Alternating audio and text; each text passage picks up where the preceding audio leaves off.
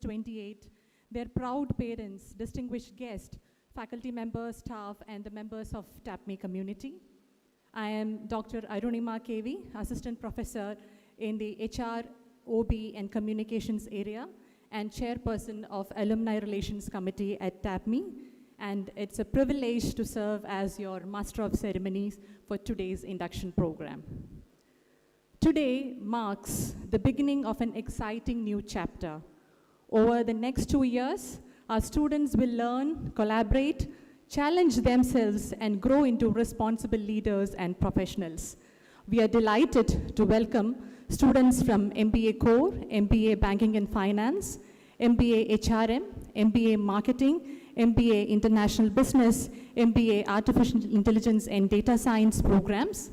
We also extend a special welcome to our 4th year IPM students who joined this MBA cohort as an integral part of the TAPMI family. Before we begin, may I request everyone to kindly switch off or silence their mobile phones so that we may uphold the dignity and decorum of the proceedings. We are truly honored to have with us a distinguished lineup of guests. Our chief guest for the day, Mr. Vinod Ishwaran, an illustrious alumnus from the batch of 1991-1993, who currently serves as the MD and CEO of Jio Payments Bank, Mumbai.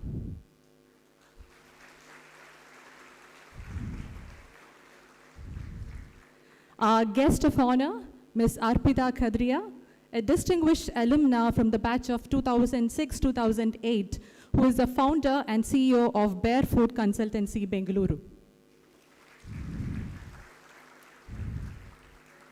Joining as well is our Pro Vice Chancellor, Professor Madhu Veeraraghavan, along with our respected Director, Debashish Pradhan sir, faculty and staff of TAPMI.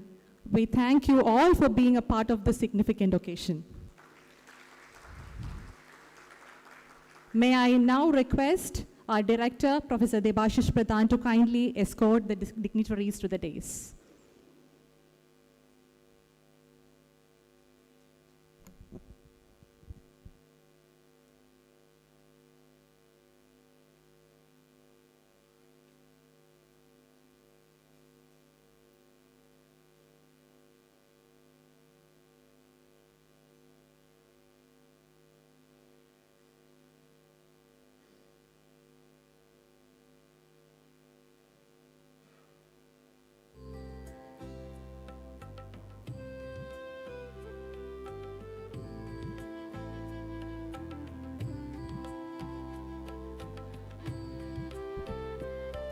Thank you, dignitaries. I now request the leadership and distinguished guests to kindly do the ceremonial lighting of the lamp to mark the formal inauguration of TAPMI MBA Batch 2026-28.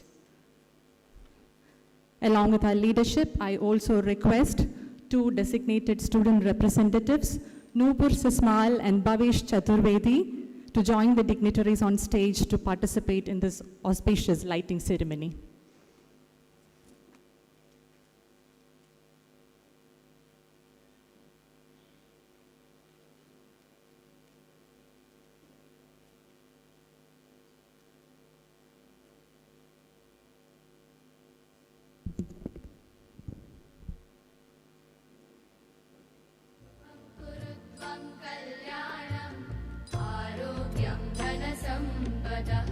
शुभं कुरु त्वं कल्याणम्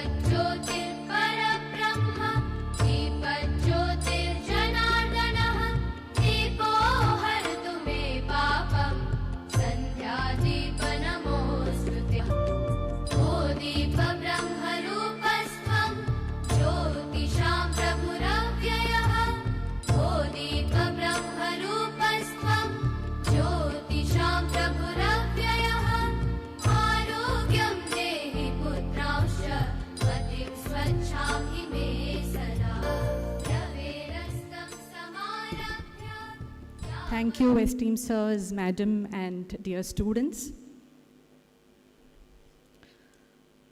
TAPMI Management Institute, popularly known as TAPMI, is one of the premier business schools in India with a legacy spanning over 4 decades. Established in 1980 and named after the visionary Sri T.A. Pai, TAPMI has consistently been at the forefront of management education. The institute is renowned for its academic rigor, strong industry interface, and emphasis on ethical and responsible leadership.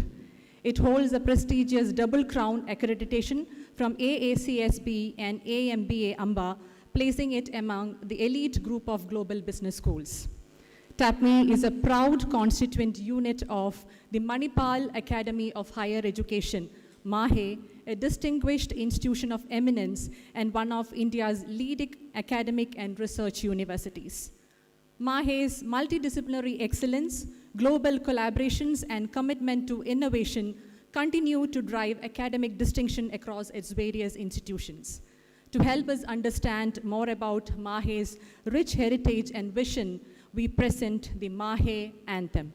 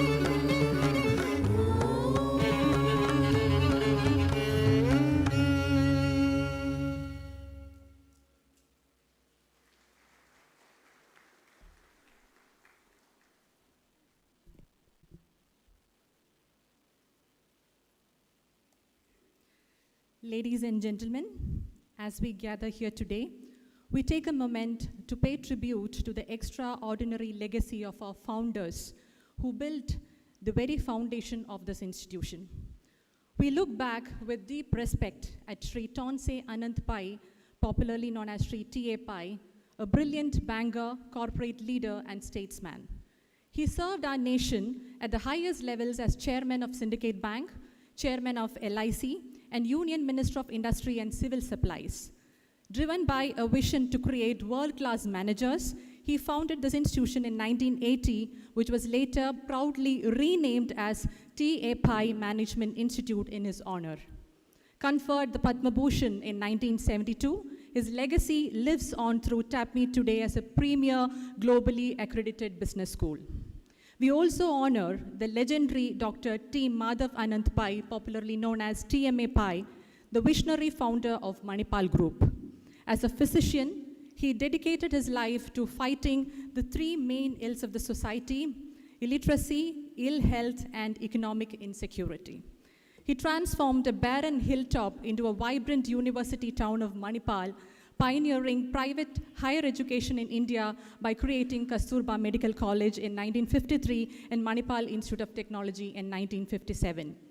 Known as a master institution builder, he was even recognized for establishing highest number of educational institutions in a single lifetime and was awarded the Padma Shri in 1972. Together, their enduring passion and commitment to education shaped the ecosystem we thrive in today. Let us now take a moment to look on the screens and the journey through the remarkable lives of the legacy of our founders.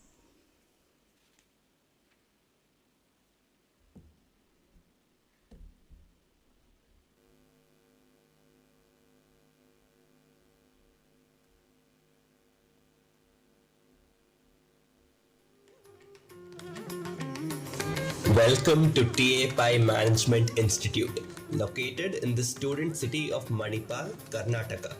Here at the institute, fondly known as TAPMI, we take pride at the academic rigor and business knowledge imparted to our students through experiential and relevant learning.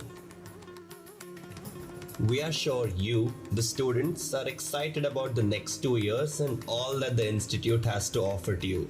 From the case-based learnings, simulation games, competitions, and many other engagements beyond the four walls of the classroom.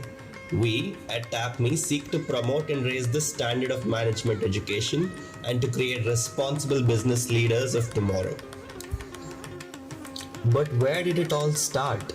Who nurtured and created this vision for the institute?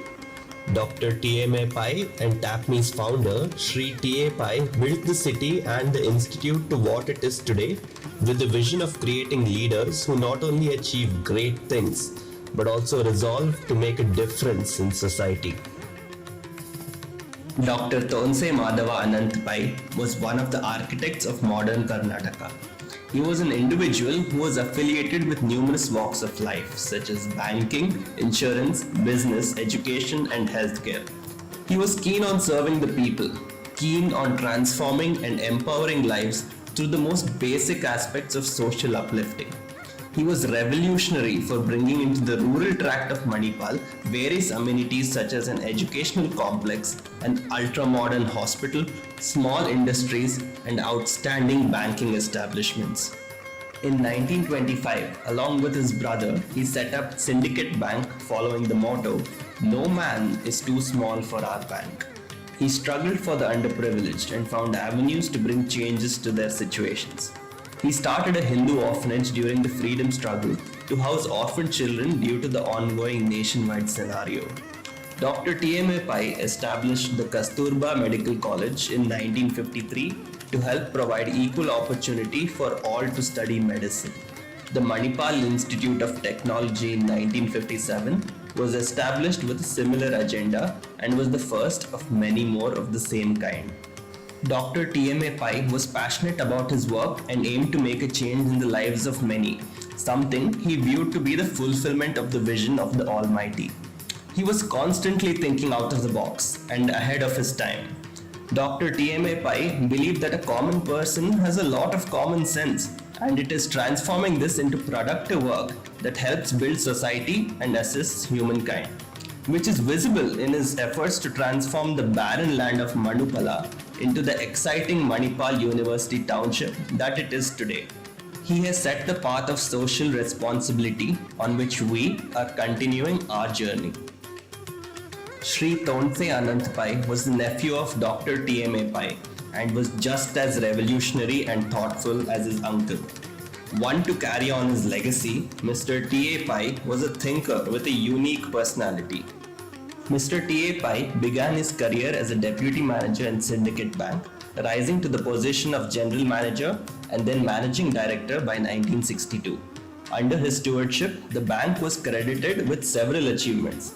He was appointed as the first chairman of the Food Corporation of India and later appointed as the chairman of the Life Insurance Corporation of India, where he used his unique ideas to develop social infrastructure for the people.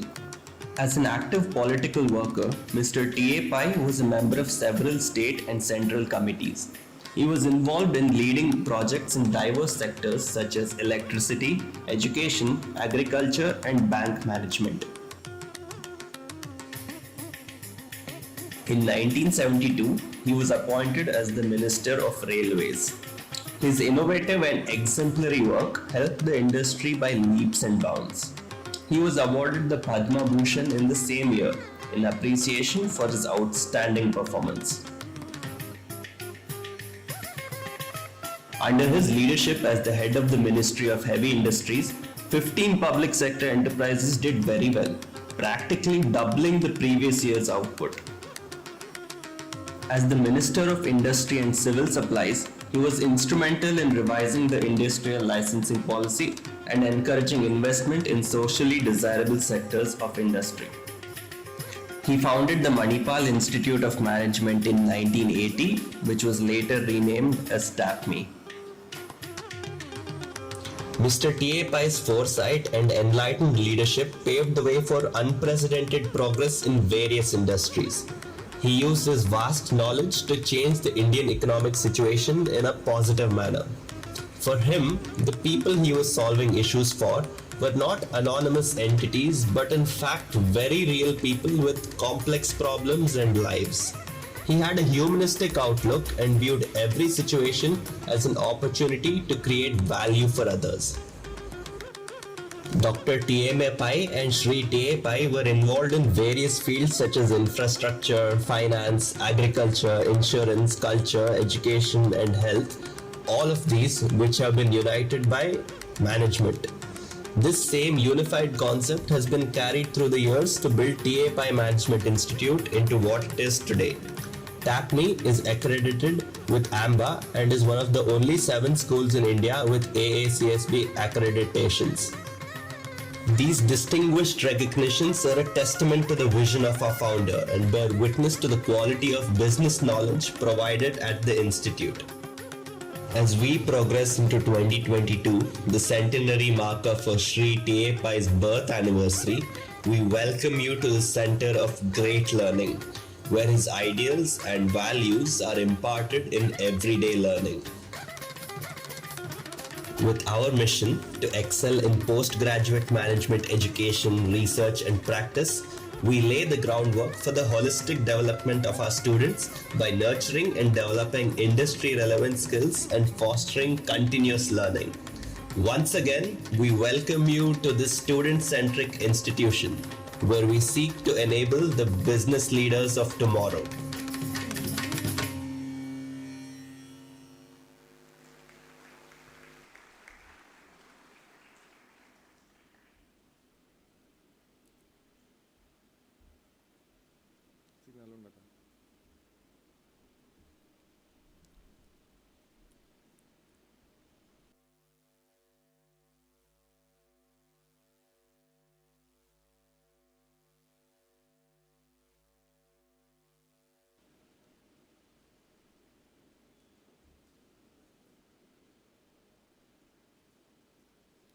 It gives me great pleasure to introduce to you our distinguished academic leader, Professor Debashish Pradhan, Director of T.A. Pai Management Institute, Manipal.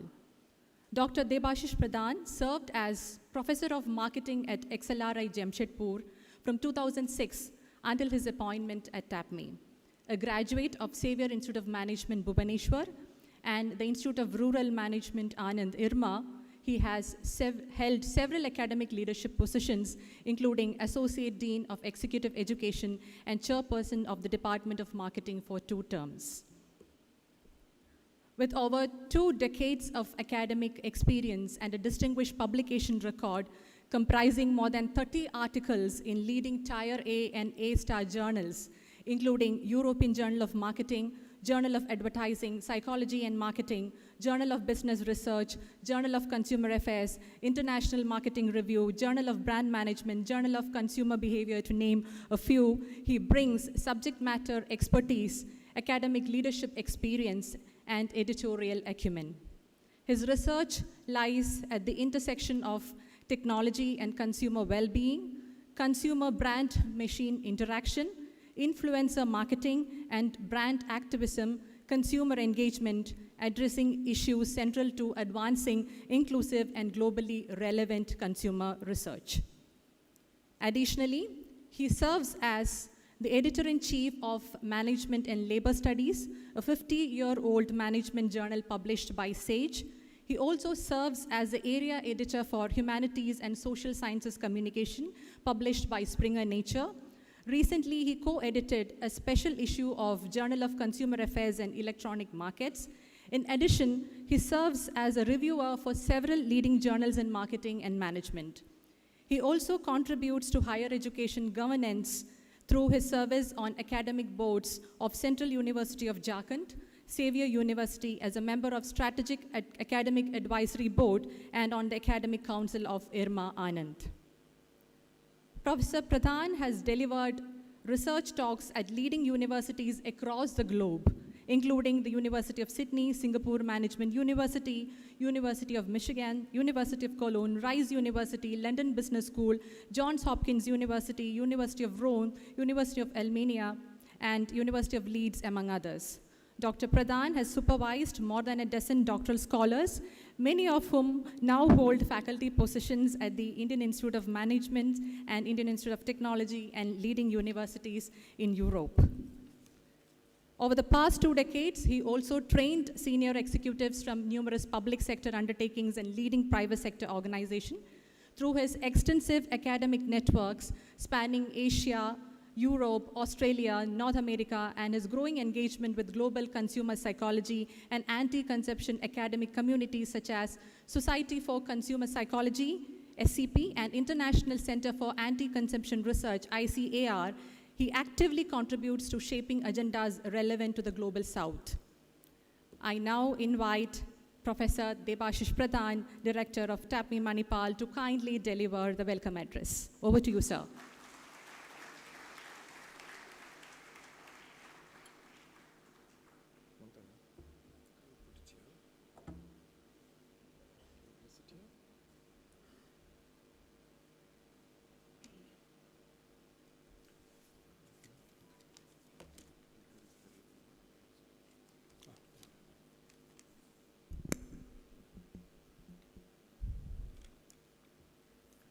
Distinguished Chief Guest, Mr. Vinodeshwaran, the Managing Director and CEO of Jio Payment Bank, Mumbai, an alumnus of TAPMI Management Institute, the batch 91-93, the guest of honor, Ms. Arpita Kadria, the founder and CEO of Barefoot Consultancy, Bangalore, an alumnus of the year 2006 and 8,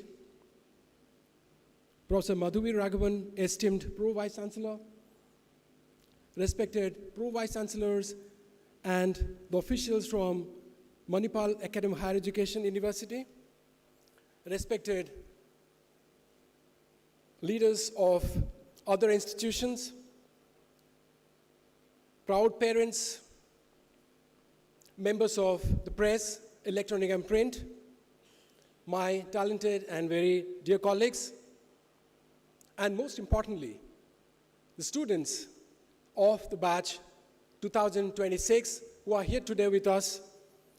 And I feel it's both my privilege and honor to welcome you all to this wonderful event when I'm here to welcome this new batch.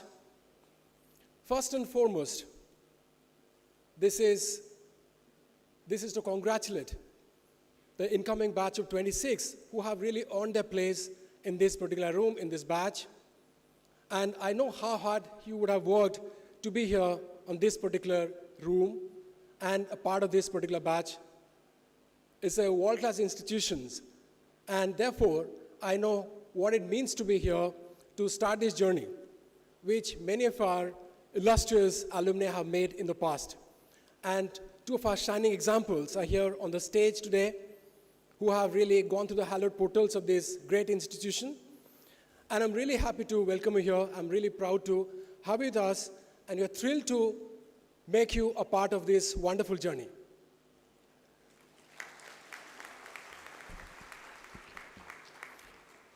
This also presents a wonderful opportunity to me to take you through the legacy of the institution.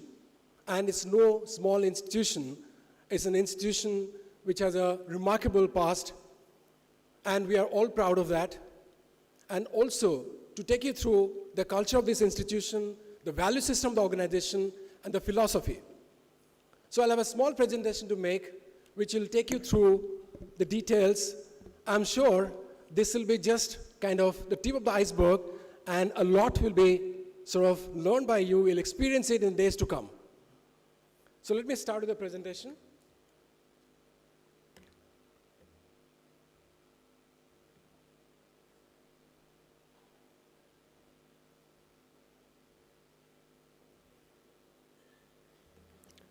We have already learned about the visionary leader who was instrumental in setting up this world-class institution, Dr. TAPMI, a thinker, a visionary leader, and above all, a nation builder, who could actually think of a management institution when a very few management schools were bold enough to offer a management program.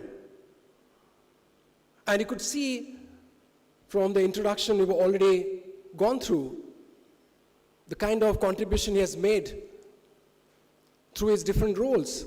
When he was with Syndicate Bank, when he was with Food Corporation India as the chairman, and then he was the chairperson of Life Insurance Corporation of India, and he also served as a union minister of several portfolios. That speaks volumes about the person's vision, and you could imagine what he would have thought when he started this initiative of setting up this institution, and the rest is history. In 1980s, when we had only a handful of management institutions who were offering a full-fledged MBA program, TAPMI was the one which actually came forward to offer this program and set up an institution in this part of the world. And you can see how the program has really gone from strength to strength. And we're here to be part of this journey once more in this year, 2026. And you can see the pictures where a legacy was born, and this is a place where the first batch of students from TAPMI Management Institution were educated.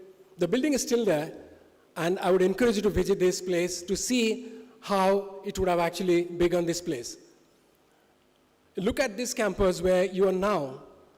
It's a spectacular campus with state-of-the-art facilities, a large-screen campus, and it houses all the modern infrastructures that will actually make your life easier, your learning worthwhile. Why TAPMI and what it really means to be TAPMI?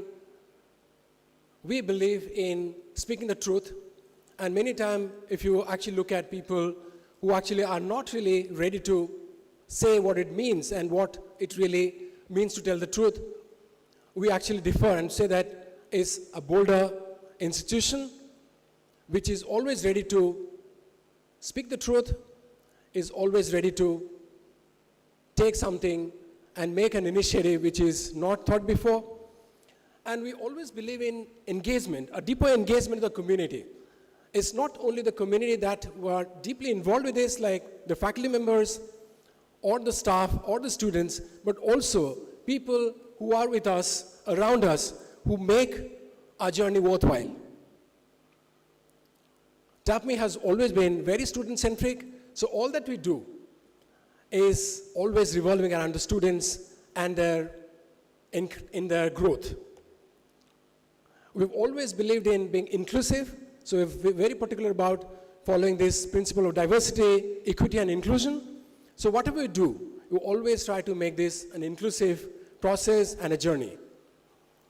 And the curriculum that we follow has been absolutely contemporary, and we and our faculty members take a lot of pain to make it contemporary, updated each single year. So we spend a lot of time making our pedagogy relevant to you and also contemporary. We are very proud to have a very vibrant alumni network. I'll come to that in a very short while from now. And two of our, again, shining examples of our wonderful alumni network who are on the dais today. You'll also hear from them what it means to be in TAPMI and what they have learned from TAPMI and how to really go forward from here. You have great career opportunities if you're at TAPMI. And I can assure you that, and you'd see it once you graduate from this place. We always encourage global mindset in all the courses, in the sessions. Each single session that we teach here will be filled with this particular aspect. We try to inculcate global mindset amongst our students.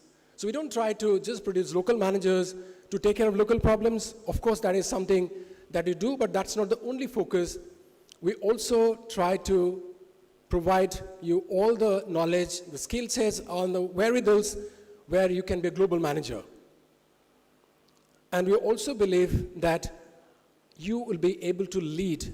That means we definitely are very confident that you're producing leaders here. So all of you who are present here in this room today are the leaders in the making, right? So you have a huge responsibility on your shoulders, and I'm sure you'll be carrying on this responsibility with dignity and with great esteem.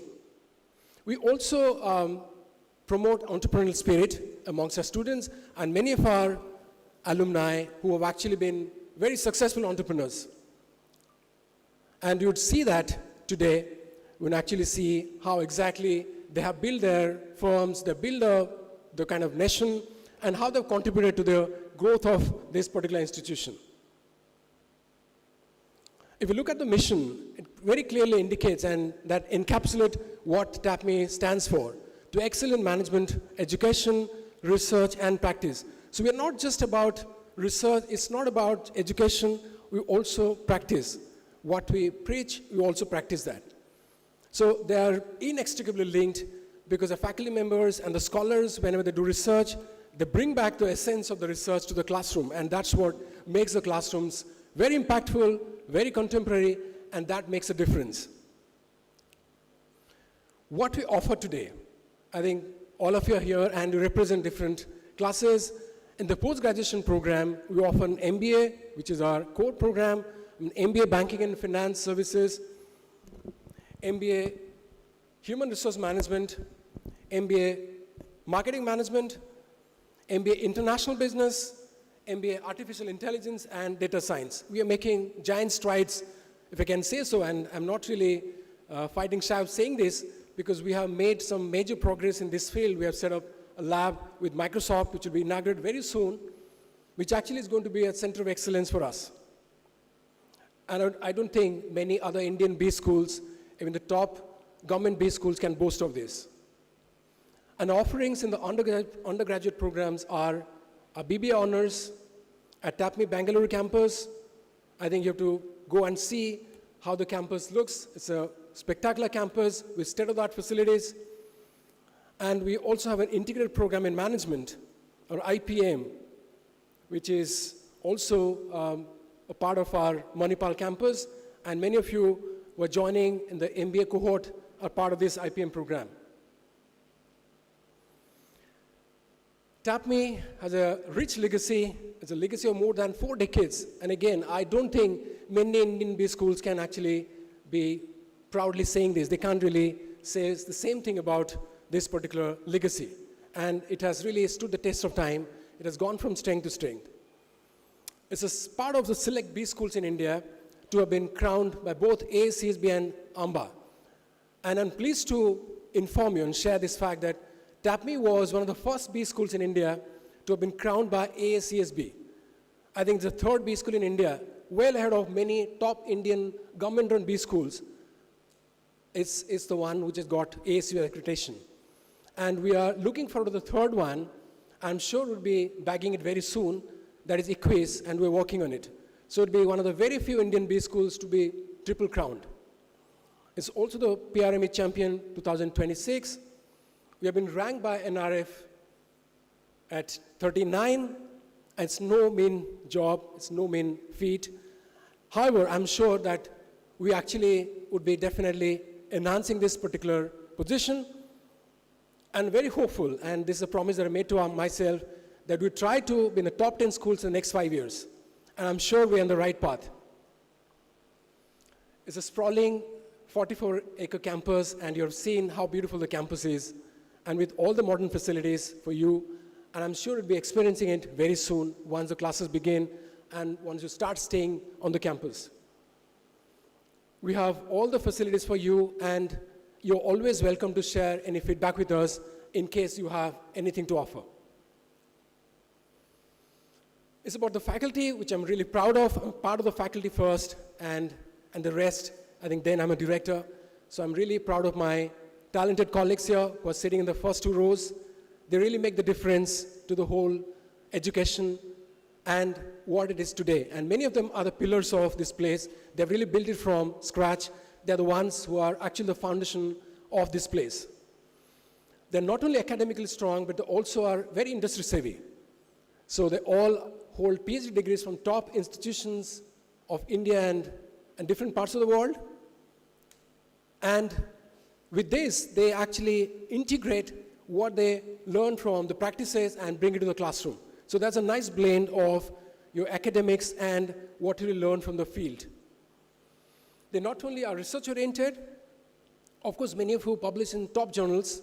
I'm really proud to say that we publish regularly in top A and A-star journals, and they are counted amongst the best in the country, and not in the country, even in Asia. And they also are deeply engaged in offering practical education, which is by using multiple methods, including case studies, simulations, role plays, and so on. That makes it really interesting, and I think you'll be experiencing very soon, maybe I think in a couple of days from now. And we have always been student-focused, and that is why I said our curriculum is very contemporary, and we always keep it updated by learning from the field, by integrating what we learn from our research, and also by including guest lectures and industry with our industry interface. Now, what are the TAPMI graduate attributes? I think we very clearly see this, and based on our past experience, we see that they always have been exhibiting stellar leadership skills. And I think this is remarkable because we can see, as you see, the two wonderful people who are on the dais today, they represent that, the very best of TAPMI alumni. So it's clearly the leadership skill, and they are proven leaders. They always are very good in problem-solving skills. The technology literacy is something they also exhibit. And they are known for their global citizenship and cultural awareness, professional ethics and value that we are so proud of. And we don't make any compromise in our value system, in our integrity, in our ethics. So our conduct is very ethical, and we are really proud to say this. We are very particular to ensure that we are socially responsible, ecological conscious, and whatever we do, that should contribute to the society at large. And they're all lifelong learners. So learning never stops. And that is also a very hallmark of TAPMI graduates and their characteristics. You have so many opportunities once you're a part of TAPMI. So we have several committees, several groups you can be part of. So the core groups, like Student Executive Committee, the Literary and Media Committee, the Corporate Engagement Committee, to name a few, who actually work to enhance the visibility of the school. And that's a wonderful opportunity for them to learn about so many things before they really join the industry. In the functional areas, if you're part of marketing and finance or operations or HR, and your specialization is in those areas, you're specifically interested in those areas, it offers so many opportunities. You can be part of brand scan, you can be part of the marketing committee, you can be part of the HR forum, the Fin forum, all based on your interest. You also have clubs and different bodies which will help you in enhancing, harnessing your co-curricular activities like Atharva, Omega, Treasury, EBSB, and so on. And we have also several entities wherein you can really learn a lot about yourself and can contribute as well. I know how hard it would have been for you to be here, and you richly deserve it. If you look at this particular statistics, we received close to 21,000 applications, more than that, and you could only shortlist 9,391 with a lot of difficulty. And you could finally admit only 509, and the best. And you actually represent those who could finally make it to this place. And I again congratulate you for being here, having earned this place here.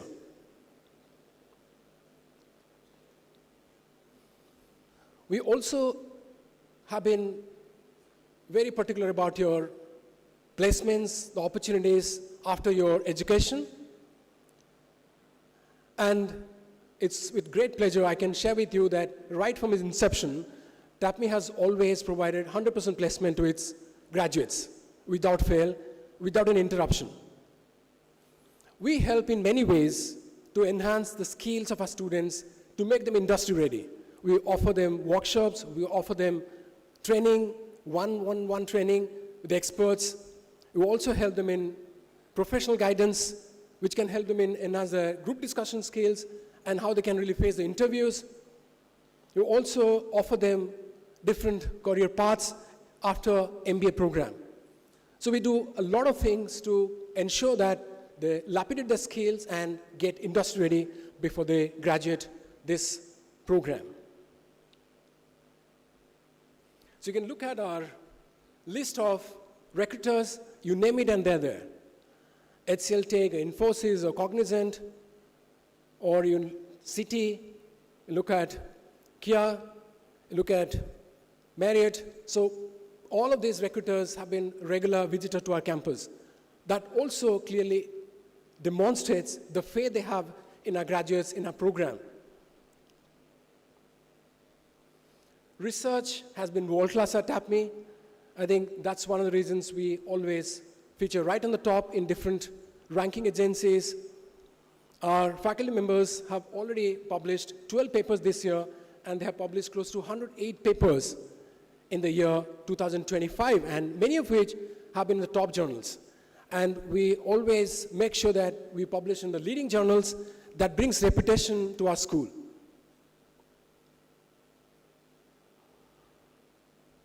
And we also are forced to reckon with when it comes to executive education. We have already offered 19 programs, and we have trained more than 525 participants with 6 faculty development programs. And we have 4 which are on leadership programs, and we're also involved in several programs for the PSUs and government initiated, where the government of India is also having a tie-up with TAPMI. This is one area wherein we are actually trying to strengthen ourselves, and also we want to expand this particular portfolio. We're really riding big on internationalization because it's a school which was set up with a clear mandate to set up a global school, and a lot of our managers who actually have graduated from these hallowed portals of the school have been serving global corporations.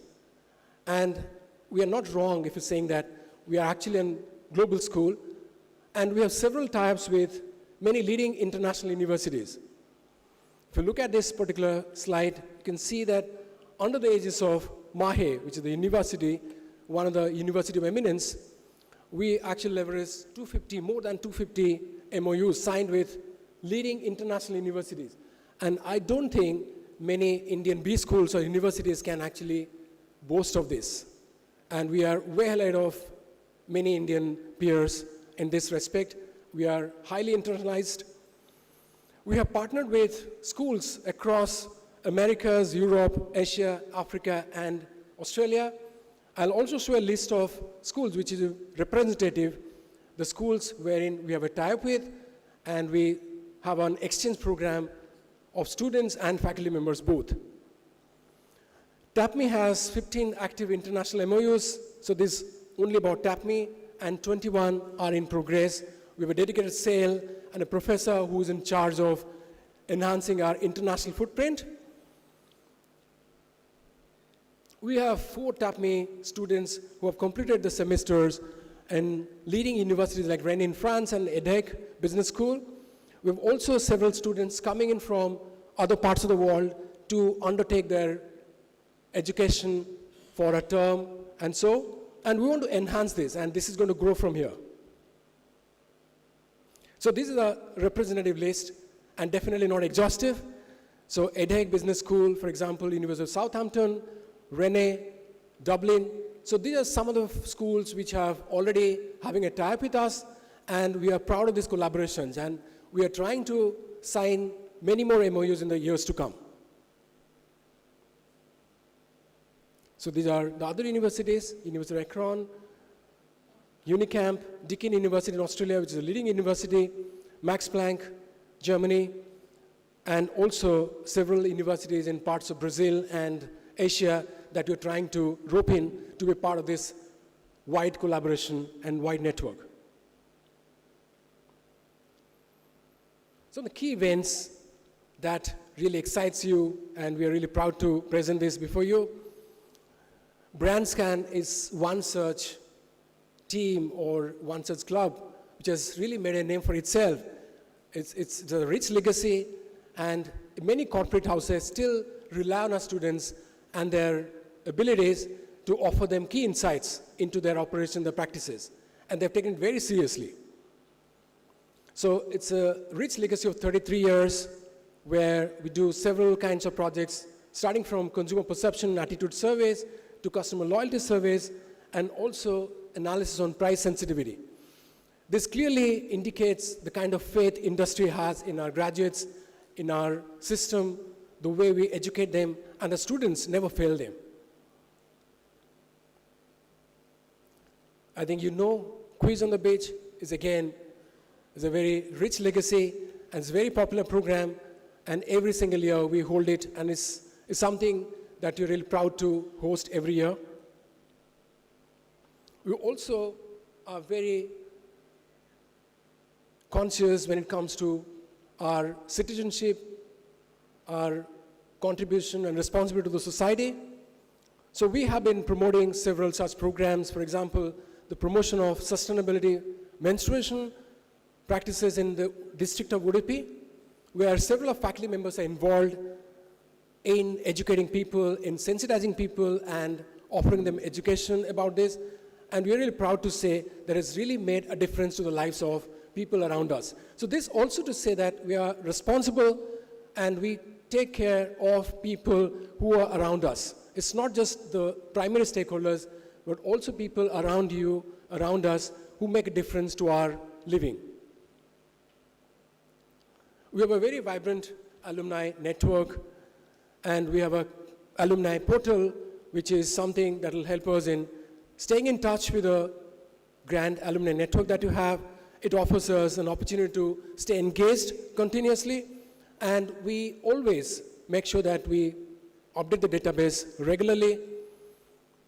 We have an alumni corpus to support various initiatives of the institute, and we have a total alumni base of more than 9,000, which is a huge network, and you are joining this great, vibrant network. I'm proud to welcome you to this network, and I hope you really join them successfully after the graduation of a program, and you contribute to the growth of the school. So these are some of the alumni meets that you had last year in different parts of India, and you also hold it outside India as well. If you look at in different cities like Bangalore, Bombay, Delhi, Calcutta, that clearly demonstrates the kind of interest our alumni have in the school, what they feel for the school, and their continuous engagement with the school. So how a typical life at TAPMI looks like, and what do you really experience at TAPMI? Just a small video on this.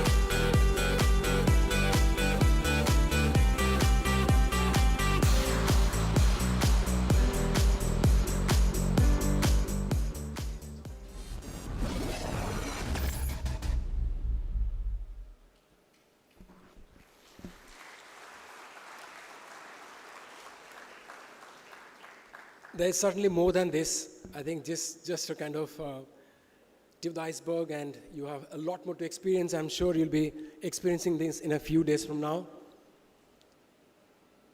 And this is how you actually would be seeing the life at TAPMI.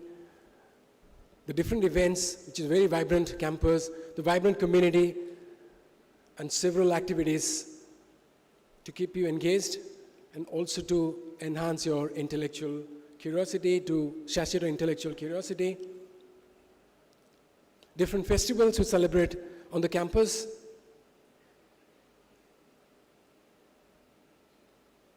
Your world-class infrastructure, and I'm sure you'd be all happy to witness this, use these facilities, and I'm really proud of the kind of facilities that we offer to you, and the two new things that you're trying to set up on the campus. You're already operating the Microsoft AI Lab, which is something that we're very proud of, and as I said before, not many Indian B schools can really boast of this. Very few Indian B schools have it, and we are the first few to have this. Please make the most of it. We have a wonderful library. We've also set up a center wherein you can actually enhance your data analytics skills, and also the kind of facilities that we offer you otherwise in terms of the computer center and other facilities. If you look at this,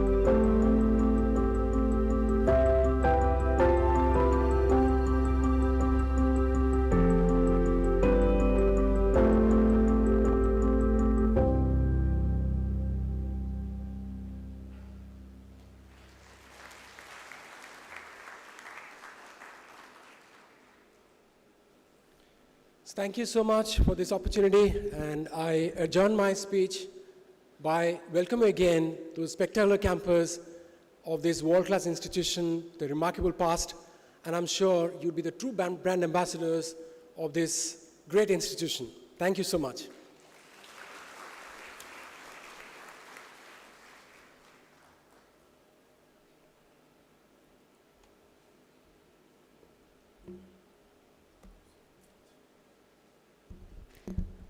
Thank you, Professor Pradhan, for not only reminding the legacy of TAPMI, but also the core values and the spirit of excellence that TAPMI carry forward. It's a moment of immense pride and joy when our very own return, not just as cherished alumni, but as leaders who have carved remarkable paths in the corporate world. May I request Professor Shruti Mayur, Associate Professor and TAPMI alumna, to introduce our distinguished guest.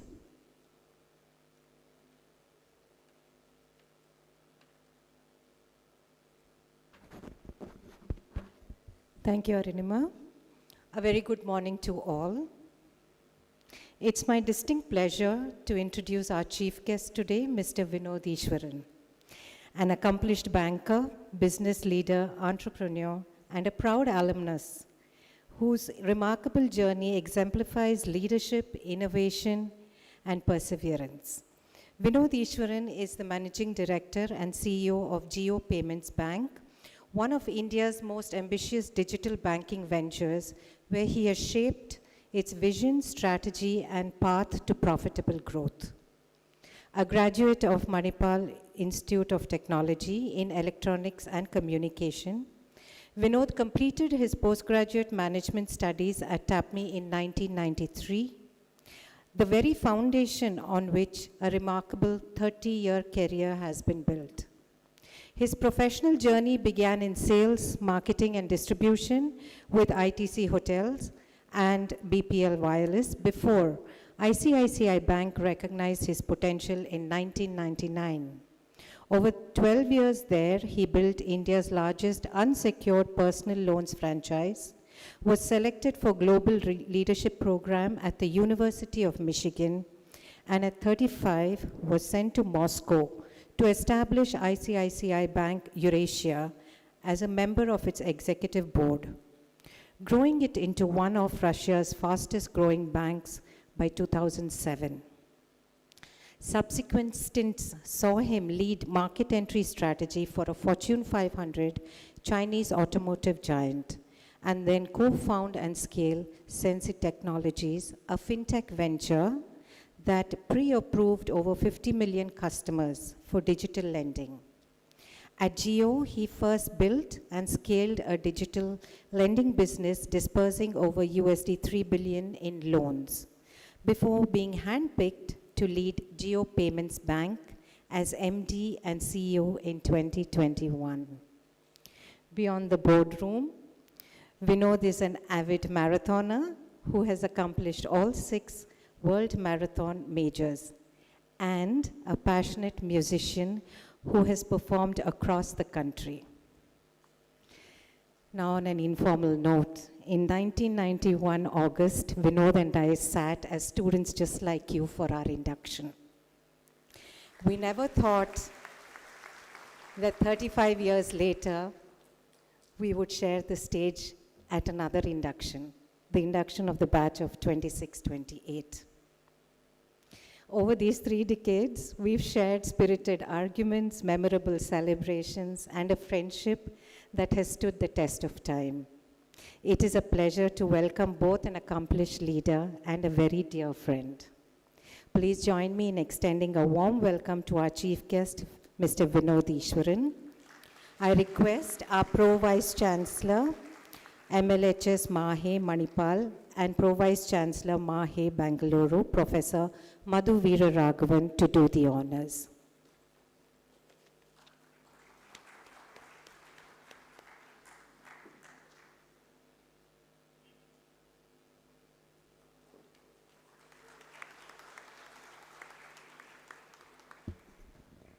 Thank you, Professor Madhu.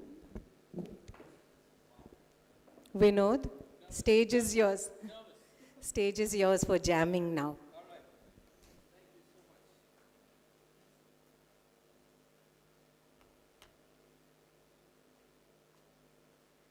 Well, that's a first. It's never happened before that I actually get introduced by one of my very own. Shruti, thank you very much. That was really heartening. Good morning, everyone. Wonderful. Director Pradhan, faculty members, distinguished guests, Pro-Vice Chancellor, lots of parents I see here, and students of the batch of 2026, 28. First of all, I think hearty congratulations to all of you. I saw the numbers that Director Pradhan put up. Each one of you has made sure that 39 others don't get here, right? So I think that's fabulous. You've got to be mighty proud of that. That's a start, okay? And you made it to an institution. Director Pradhan, when I saw you showing what TAPMI has evolved into, I am filled with envy. I know what TAPMI existed when I was here, way back in 91, 93. Thankfully, that red building still is part of the archives, and I hope it doesn't, I mean, it remains there, but that was the only thing that existed. Everything else we had to fend for. But, you know, that leaves a thought for all of you. If people like us could get to where we are from the origins of where TAPMI began, trust me, where can all of you go to, right?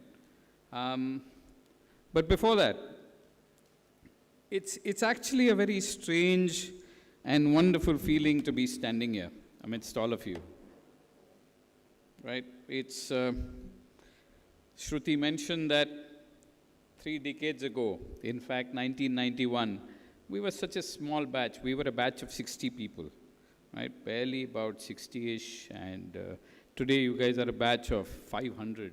I mean, the numbers are astounding.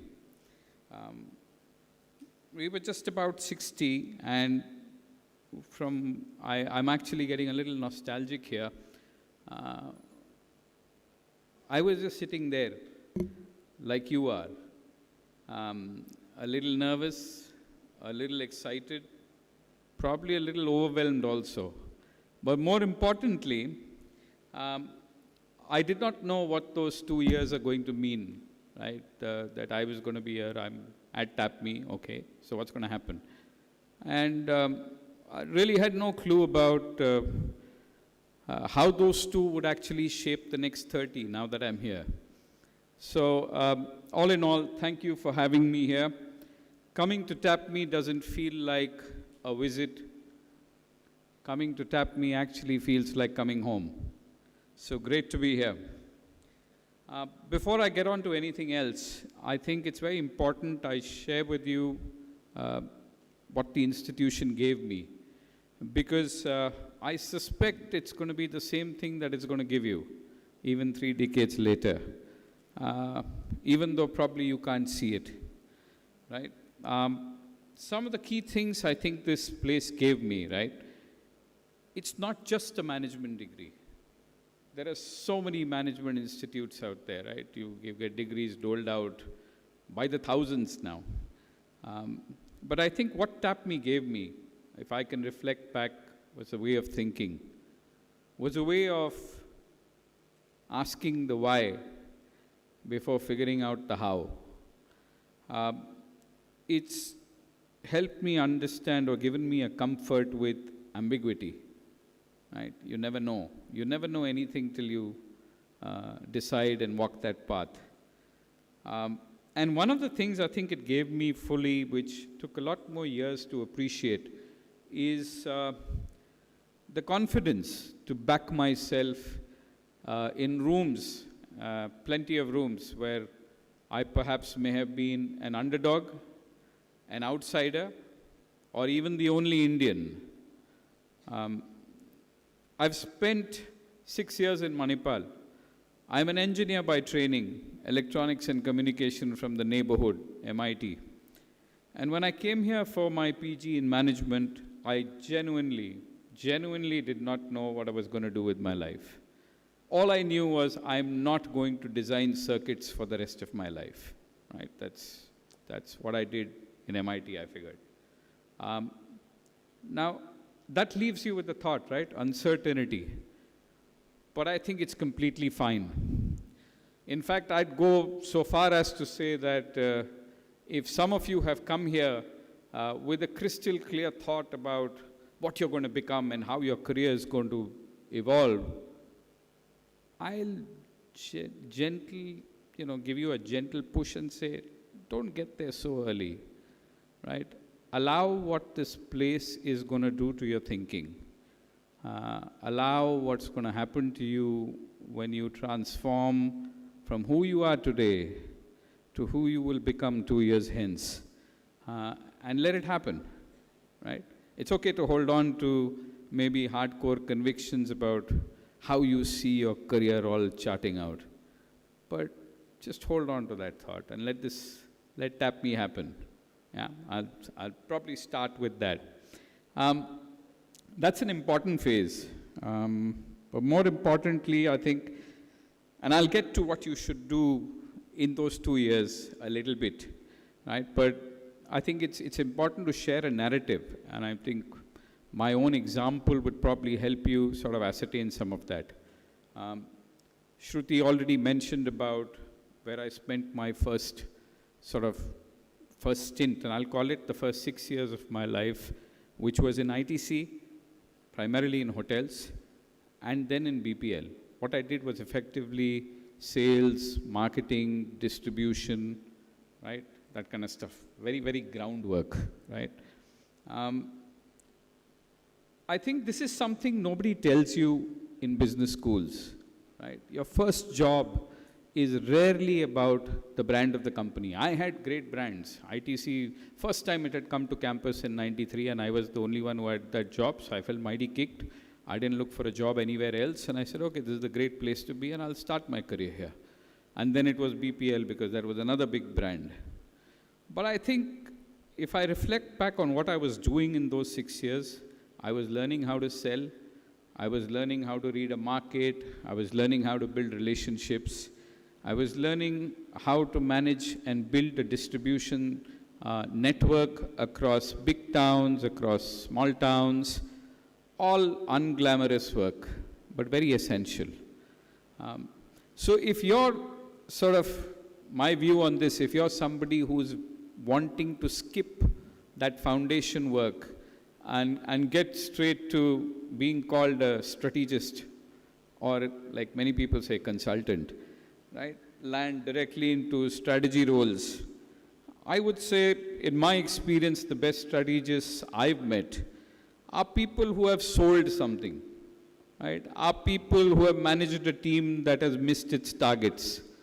Are people who have built a broken supply chain at 11 p.m. in the night. To me, those are the best strategists. And that's the way I look at the world. So, but for me, and for more importantly for you, that is not something which is below you. That is you in training. So unless you understand that you need to be trained in some of the foundational work, use that as your benchmark when you finish your 2 years here and get to, getting your wings to fly, if I can call it.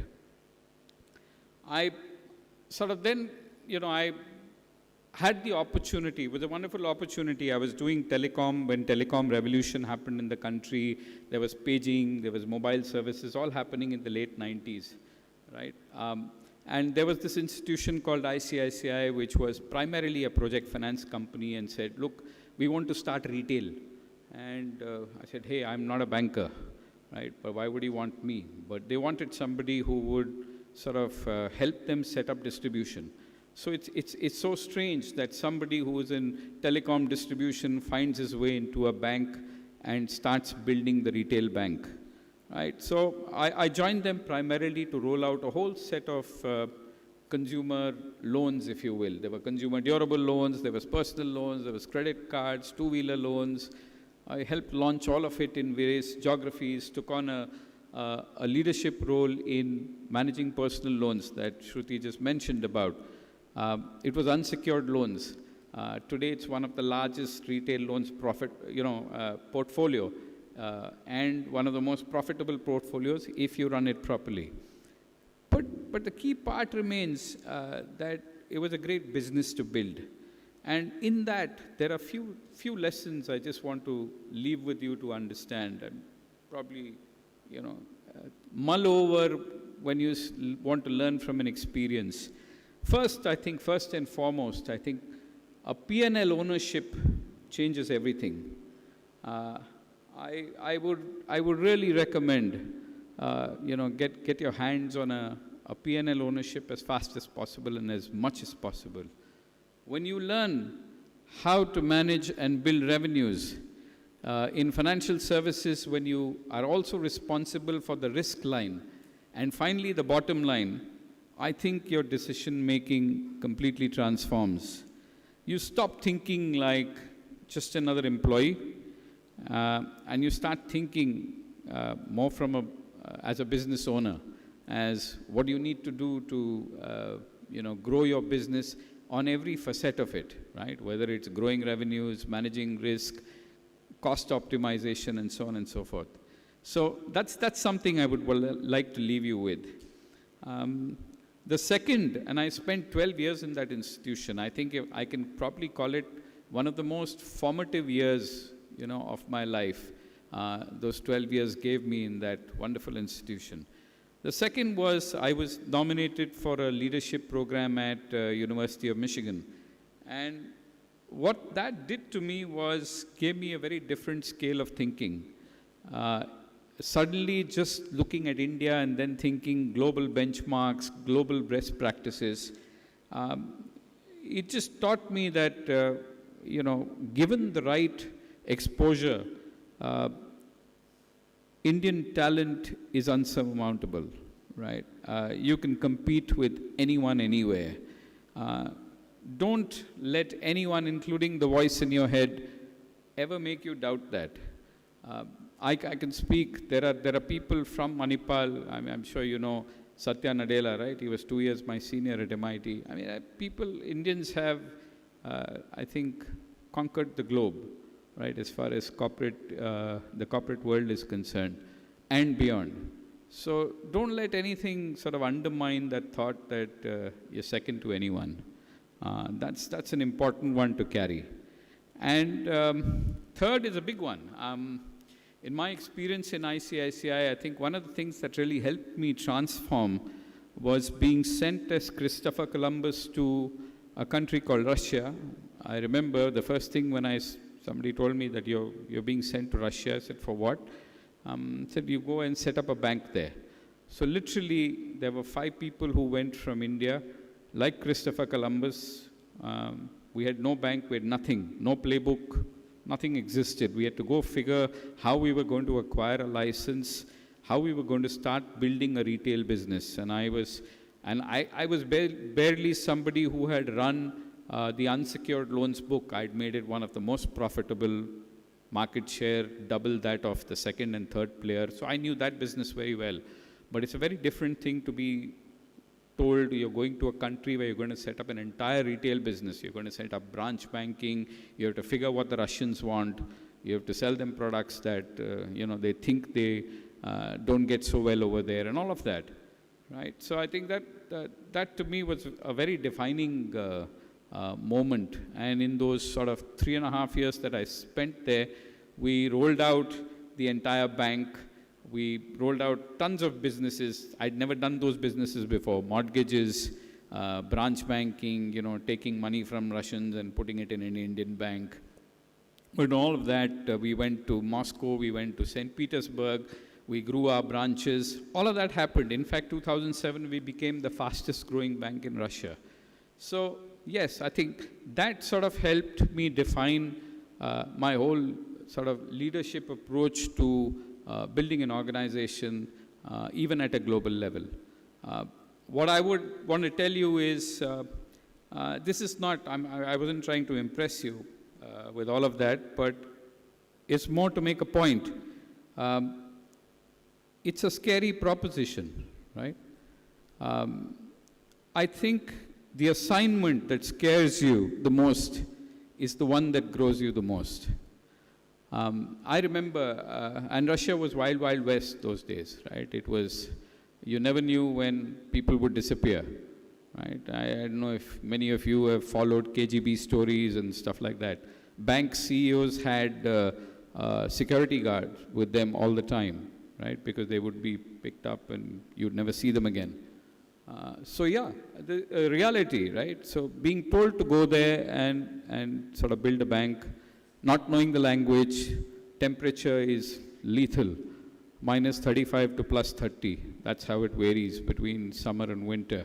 Not knowing the language, not knowing what the hell you're going to do. I think one of the scariest moments in saying, and on the flip side, we'd run and built the most successful business in India. So why leave that and why go to, you know, uncharted territories? But I think these are things that you, when you look back, you really wonder that you take up a scary post and you figure what it does to you. It transforms you. So I will encourage you to, you know, keep that at the back of your minds. Pick up assignments that will scare the hell out of you.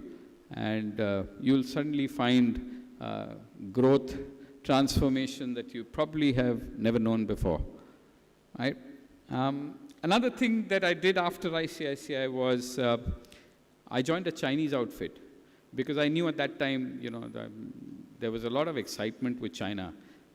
They were growing leaps and bounds. I think at that time there were a lot of comparison between India and China also, Beijing, Delhi, Shanghai, Bombay, all of that. But trust me, the Chinese were at another level already. And I thought that it'll give me great exposure into trying to work at a Chinese enterprise. So I joined this Fortune 500 automotive company, which was primarily into vehicles. And they had this whole strategy about wanting to come to the country, open a plant. Like most automobile companies, if you know, they always have a captive finance business, right, to help them sell and finance their vehicles. So I was going to sort of run that also for them. But guess what? I joined them in 2011. And 2012 to 2015 were the worst years in commercial vehicle businesses. It was double dip year after year. So it was strange, and that business never took off, right? It was really frustration to watch a well-conceived plan, and the Chinese are master planners, right? I think if you got to learn planning, you got to learn from the Chinese. They plan so much. They plan every step of the way. To have a well-conceived plan go to naught was rather defining in a life stage that I was in, right? And so on paper, that's a failure. It's a venture that didn't launch. It's a plan that got shelved. It's business that never took off, right? But here is what was happening inside me when all of this was happening. The frustration of watching this plan not materializing just planted a seed. And that sort of was the genesis of my entrepreneurship calling. I'm telling you this because this is going to happen. Not necessarily once. It'll probably happen, if you're lucky, never, but at least once or more. In your career, there will always be something that doesn't work out. There will always be a project that gets cancelled. There will always be a startup, if you join one, which will shut down, right? There will always be a strategy which you probably championed, which gets reversed because a new leadership team has come and said, junk this, right? It will happen. But when that happens, all I'm trying to tell you is don't file it as a failure and put it away. Just try and see what it's trying to teach you. For me, that failure at Photon actually sort of redirected the next decade of my life. So when I realized that wasn't happening, I decided to get back into banking again. I said, look, what am I good at? Okay, hopefully I've done banking, maybe I'm good at it. But the entire banking world was transforming. What I'd done in ICICI was all about building physical infrastructure, physical product services, physical delivery. And the world was transforming into a digital era. So I took the leap in 2016, and it sounded sexy, but it's Sense Technologies that I actually joined. It's a fintech venture, which was into digital lending. And I joined that place as a venture head and chief operating officer, right? Completely different game. No large parent, no brand, nothing. Nobody to lean on. Just a small, bootstrapped, let's say, equity, if you will.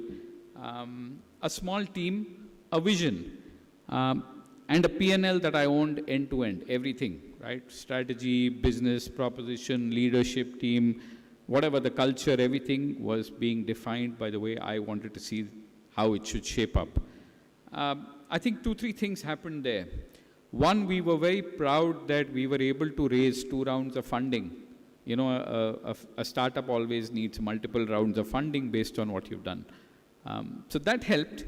And we got, I think we were the first in the country, way back, 2016, to build a data model out of telecom data, and we built a credit lending model.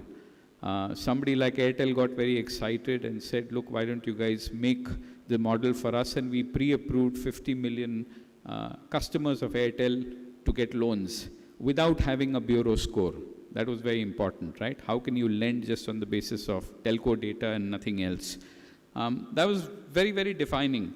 And Airtel was so excited they had actually put money into our company, and all of that happened. So I think that was great, right? So what it did to me, and I wanted to share that with you, is what did it teach me? Basically, building something from zero is completely different from, scaling something that is already in motion. It's a very different muscle. Both are valuable. Both are respectable career paths. But just know which game you're playing, because the skills and the stress are very different. So some of you will end up in large organizations. Some of you will be in startups. Some of you will probably do both, like I did. There is no better path, right? There's only the path that's right for you at that particular point of time in your life. So you're going to have to do this and decide on your own what works for you and what's the kind of muscle that you're building for yourself, right? Now, as luck would have it, after Sense, I joined Jio. I joined Jio in 2019, and they got me in primarily for building that digital lending proposition that I'd done in my startup before. So we did that, and I saw technology and data at a scale which I've never seen before. We disbursed about $3 billion of loans in less than 18 months, right? It all happened in breathtaking speed. And in 2021, I was then sort of entrusted with building the bank that I run now since for the last 5 years. It's been wonderful to shape the vision. It's been wonderful to engage with the regulators, grow the bank. And I'm happy to share with you that the bank is on a profitable growth path. In fact, in 2026, just very recently, a couple of months back, Forbes has published in 2026 amongst the world's best banks, and they've taken it. This is a survey done across 54,000 people, 34 countries, 17 languages, and Jio Payments Bank's figures in that list. So yeah, it's a journey, it's a fulfilling journey, and we're sort of building from there on. So 30 years, engineer to hotel marketeer to telecom marketeer to banker to entrepreneur to bank CEO. If anybody had shown me, like you, a 24-year-old, assuming that was me, sitting here in TAPMI, a chart of where my career would go, right? I wouldn't have believed a word of it. In fact, I might have been a little disappointed. I would have thought, linear hona chahiye, it should be like that. But honestly, I would have been wrong to be disappointed, because the non-linearity is the point. Right? It's ideal to think about the linear world, but trust me, it's so much VUCA. It's all non-linear. So yeah, you got to find your space there. What I actually want you to take away, right? And those 30 years, I gave you a few stories. Let me try and distill just into 5 things. 1, your first few jobs is not your career, right? I would say that's your training ground. So don't optimize for titles, don't look for big brand names, look for learning velocity. Look where you can learn the most and learn the fastest, even if it is unglamorous. That'll be one takeaway for you. 2, and I've said this earlier, say yes to assignments that scare the hell out of you. Whether it's a tough market, whether it's a new geography, whether it's a function you've never worked in, or it's a turnaround situation. You will find that growth comes where discomfort is maximum. So choose that. 3, and I've said this earlier and I'm going to reinforce for you, own a P&L as quickly as possible, run it from end to end. That's when, why do I say that? Because when you own a P&L, you're focused with numbers. Numbers create accountability, and accountability creates judgment, right? So the fastest way to get a business instinct right and sort of churning out for you is to own that P&L and manage growth. That's 3. And 4, I also said this, and that's why I sort of quoted to you the photon example, is treat setbacks as data, not as verdict. A shell project, a missed promotion, none of that is going to define you. They will redirect you if you allow them to. In fact, from my own example, I think some of my most important career pivots have come from failure. Okay, that's 4. And 5, and this I hold very close to my heart. Build a life alongside your career, right? Not after it. You have to have a life. I'm a marathon runner.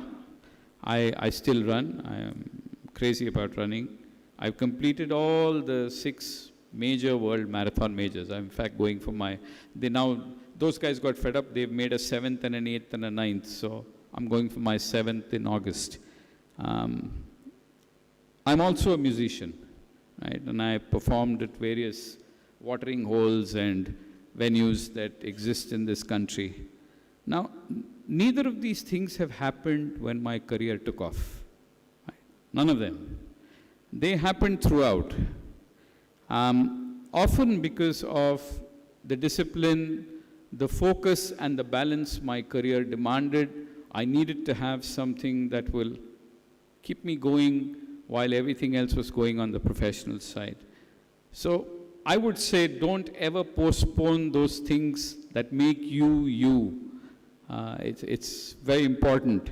Don't believe that there is some, mythical state which will happen when your work pressures will come down and you will be able to pursue all the dreams that you have apart from work. It's never going to happen, right?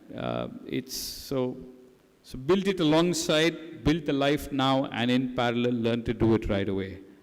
So a word for this moment, and specifically, all of you are starting your journey at TAPMI, and I think these are absolutely fascinating times, right? You've seen, I'm amazed with the kind of infrastructure that is already waiting for you to sort of dive into and make best use of. But if you look at the sectors, like if you look at India's financial services sector, right, banking, payments, fintech, capital markets, what have you, I think it's transformation at a pace I've never seen before, right? You've seen what digital infrastructure, UPI, you've seen all of those things, how it can shake, development and use cases flow across a billion plus population. You have AI, which is shaping how decisions get made. So everything is happening now while you're here. Now, whatever sector you land in, I just gave a piece of financial services, but whatever sector you guys eventually land in, and many of you will probably land into places you can't even imagine right now today. I think the skills that this institution builds are what you need to understand will serve the test of durability.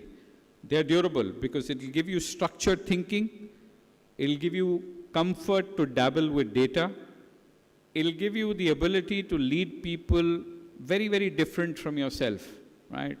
Trust me, those 508 around you are not necessarily the only kind of people you're going to meet in life and having to lead. More importantly, I think it will give you the judgment to make decisions when the data runs out. I think that's what this institution will give you.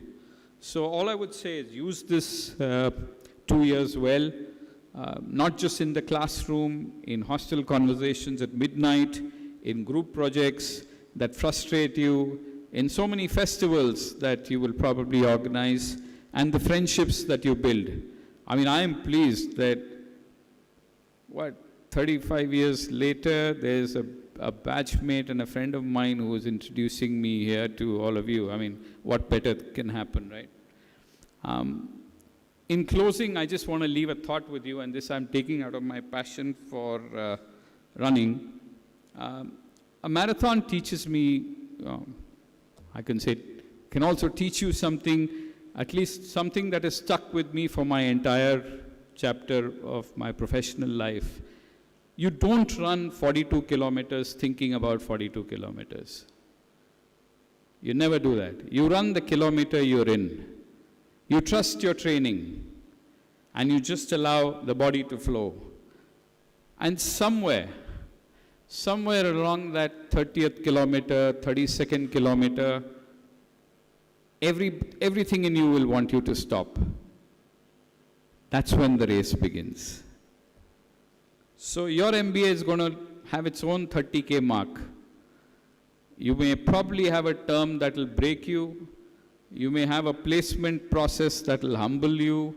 You may have a group project that will test every relationship that you build with friends sitting along you. But you'll get there. Just remember, that's not the part that you need to be afraid for. That's the part that you're here for. So to the batch of 26 and 28, welcome to TAPMI. Make the most of every single day.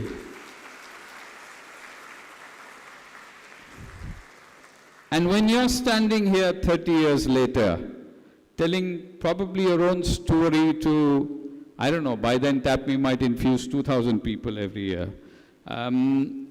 But they would still be full of excited, nervous 24-year-olds. I just hope a small part of the story that you tell to them will be about the 2 years that you're going to begin right here. So thank you and all the very best to all of you.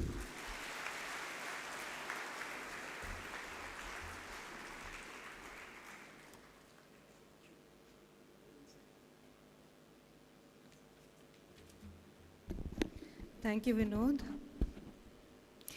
When you were talking of numbers, there's just one thing that came to my mind.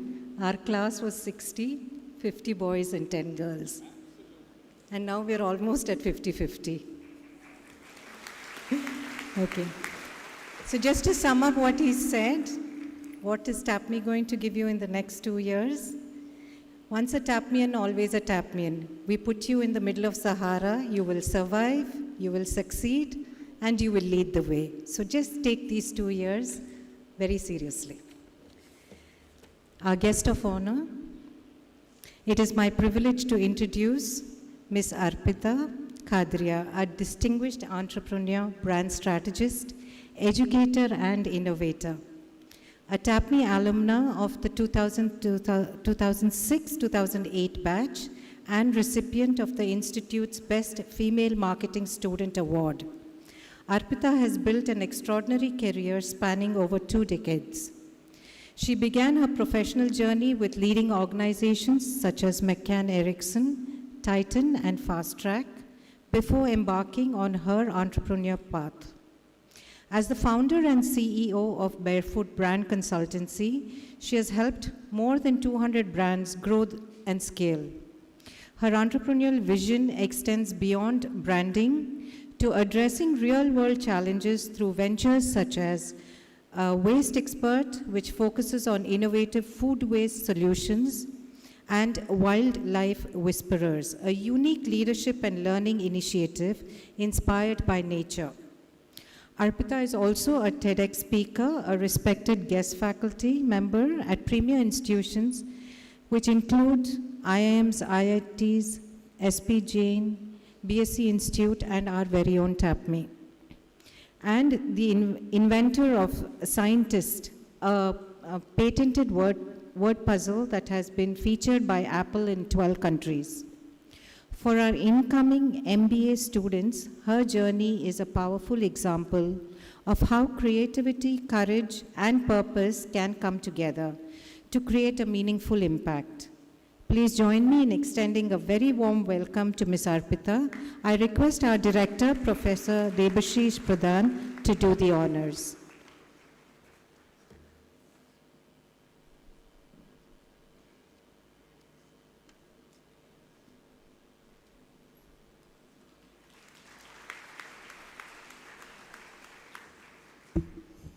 I now request Arpita to address the students.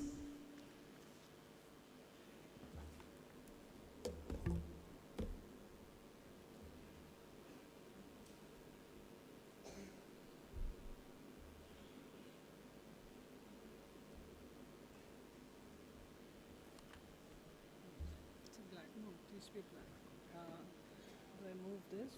Okay.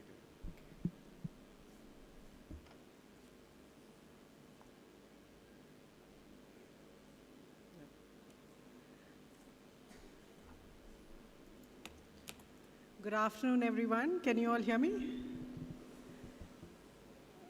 Okay. Respected faculty and fellow alumni, anxious parents, right? And of course, the new batch of TAPMI. It's a privilege and absolute honor to be standing here in front of you guys, especially because I was a non-engineer, right? I'm wondering, did they make a mistake, right? How many non-engineers here? Oh, yay, our tribe is growing. I like it. When we joined TAPMI, I think I was the endangered species of non-engineers, and even more endangered because I was the only person from advertising in my batch, right? So it's great to see non-engineers joining an MBA course, which is technically a non-engineering course. So great. And of course, engineers, did really well, of course, in the course also. But when I got the invite, and I'm sure when you guys saw the poster, you all must have wondered, why her? Like, who is Arpita and what is Barefoot? Why didn't they call a CEO or MD of Zomato? Because we have such illustrious alumni, honestly. I mean, TAPMI does have so many reputed alumni, and I'm really proud of that. But when I saw the invite, even I was thinking the same. I'm sure all of you thought the same. But somewhere I felt that TAPMI perhaps is making a statement. Perhaps TAPMI recognizes that an MBA in its heart is not just about managing a large corporation, but it is about creating value, solving problems, leading people, and building equity. And to that effect, I think perhaps TAPMI recognizes that building your own business from scratch, taking risks with your own capital, creating opportunities where none existed, and leading team without the safety net of a large corporation is equally challenging, if not more. So for this recognition, I'm deeply grateful. It's been 22 years in the industry and 15 years of my entrepreneurial journey. And I attribute a lot of that experience and success to this place right here. So thank you to TAPMI.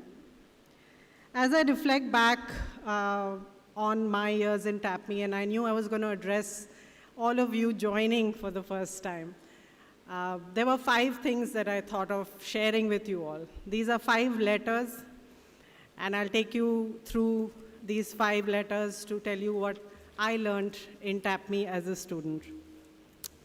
The first is, can you see? M. And for me, M stands for manage. If there is one thing TAPMI teaches you and will teach you, it is how to manage. Manage deadlines, manage professors, manage your friendships, manage stress, and if you're lucky, you'll manage some sleep. This is one of the most differentiating factors that I find in TAPMians in the industry. I'll give you a small example of what TAPMI did to us when we joined. And when we were here, we had 2 separate campuses, by the way. Now you guys have one campus for girls and boys, it's all in one. We had 2 separate campuses. The boys were in a different location and we were in a different location. And 10 p.m. one day, we get a group assignment. Firstly, you all will be divided into groups and be ready for that. And boys and girls will be mixed. And we got an assignment at 10 p.m. in the night. I think it was Professor Natarajan, if I'm not wrong. And 10 p.m. we get an email saying this is the assignment you guys have to do, and it has to be submitted next day at 10 a.m. All right? Now, all of you must be thinking, what's the big deal? I mean, get on to Zoom and just chat, have a group call, and go ahead and present. You know, there's AI and there is internet. I'm talking about a time when there was no Zoom, okay? There was no Google Meet. There was no WhatsApp. So, but we figured it out. We figured it out and we presented at 10 a.m. the next day, much to the professor's displeasure, right? We figured it out, right? Of course, we were very, very frustrated and annoyed, but we figured it out. And this is one trait you will see in TAPMians in the industry, where we are known as people who will get things done. We will get things done. While other people are cribbing in the company, they're stating all the problems, all the constraints, we just get things done, right? So for me, the first lesson I learned in TAPMI was how to manage. So you're going to get that lesson for sure. And I also say this as a very key trait because in the real world, management is not about having perfect resources. It's not about having perfect circumstances. You will always have constraints, right? You will always have the unknowns. So for me, this was really an amazing, rigorous, way of learning. And I know the director also used the word rigor many times in his presentation, and he meant it, huh? So all of you be ready for the rigor. And they'll keep throwing you into the ocean. They'll keep throwing you into situations. And how you manage is really what will define you in the workspace when you enter the industry. I'm sure many of you are freshers, out here. Some might have work experience. So this opportunity that you get, which will be very frustrating to manage in all kinds of situations, is something you should embrace. Because I think success will depend on how you handle yourself and how you pull things off, even though there are constraints, right? So that was the first thing I learned when I got here. The second thing that I learned, which is the letter I, and it stands for imagine. One of the biggest things you will learn in an MBA is the confidence to challenge assumptions. When I joined, of course, I was from an advertising background, so I knew I had a creative streak in me, And when I was leaving my agency, my boss was saying, which mad copywriter joins an MBA, I mean, who goes in for an MBA after copywriting? And I came here to, I think, push myself in terms of what more, right? Is there more to creativity? Is there more to imagination? And this place really allowed me, I think, to push my limits. I'll give you one example again. This was Professor Lionel. I don't think he teaches here anymore. He used to take a class for us, which was about civic behavior, all right? I hope we still have that now, sir. We need it. We need civic behavior classes. We used to have it then. And he gave us an assignment on moral policing, right? He said, this is the topic, and it was again a group assignment. And he said, present after 2 days. So all the groups got together, and you know how you usually do assignments, which is you discuss internally, then you do some Googling, and you figure out, or you go to the library, figure out some research, figure out case studies, news articles, etc. Present a pro and con, all of that, right? That's the usual way to do things. And this word imagine is really something that this example lends itself to, right? Our group, you know what we decided to do for this assignment? We actually went to the Manipal police station. We convinced a cop to fake a moral policing exercise on our batch, okay? So when we were here, we were staying in the KMC campus or MIT campus, and we had that KC circle where we would all gather in the night from, say, 7 to 10 o'clock. All the girls and boys would congregate and hang out at that circle. So we went to the cop, and we said, you know what, this is our assignment. Will you please fake this moral policing exercise? Come to that circle in the night and shoo all our classmates away, and say, no, girls, boys cannot hang out. And we were 4 groupies on this one, and we were like CCTVs, observing. So the cop actually came. He came at about 8 o'clock. There were a lot of classmates of ours hanging around, boys, girls, everybody. And he came with we got one accomplice also with him. Both looked really serious, and with the stick, he's like, go out from here, go away, all of you, go back to your hostels. It's late, girls, boys can't hang out. And we were just noticing and observing how our classmates would react, okay? So some of them actually went back to the hostel. Some boys, listened to the cops and went back. Some stood their ground. Some said, no, we are not doing anything wrong. We're going to be here till our deadline, which was, I think, 10 o'clock. And the next day, all groups presented their slides and all of that. And we got up and we said, you went back to the hostel, you stayed and didn't listen to the cops. Of course, we didn't say it like that, but it was heard like that. So, of course, it didn't go down very well with the classmates, but the professor thoroughly encouraged us, right? He thoroughly encouraged us to think out of the box, and he said, while everybody else has done secondary research, you guys did primary research. So for me, this whole idea of, thinking out of the box and keeping your imagination alive is also about keeping the child in you alive. All right? I think it's really important to believe in the power of possibilities. There'll be enough people saying no to things. In fact, the default answer is no. We went to the cop, the default answer is no anyway, right? But what if there is a yes?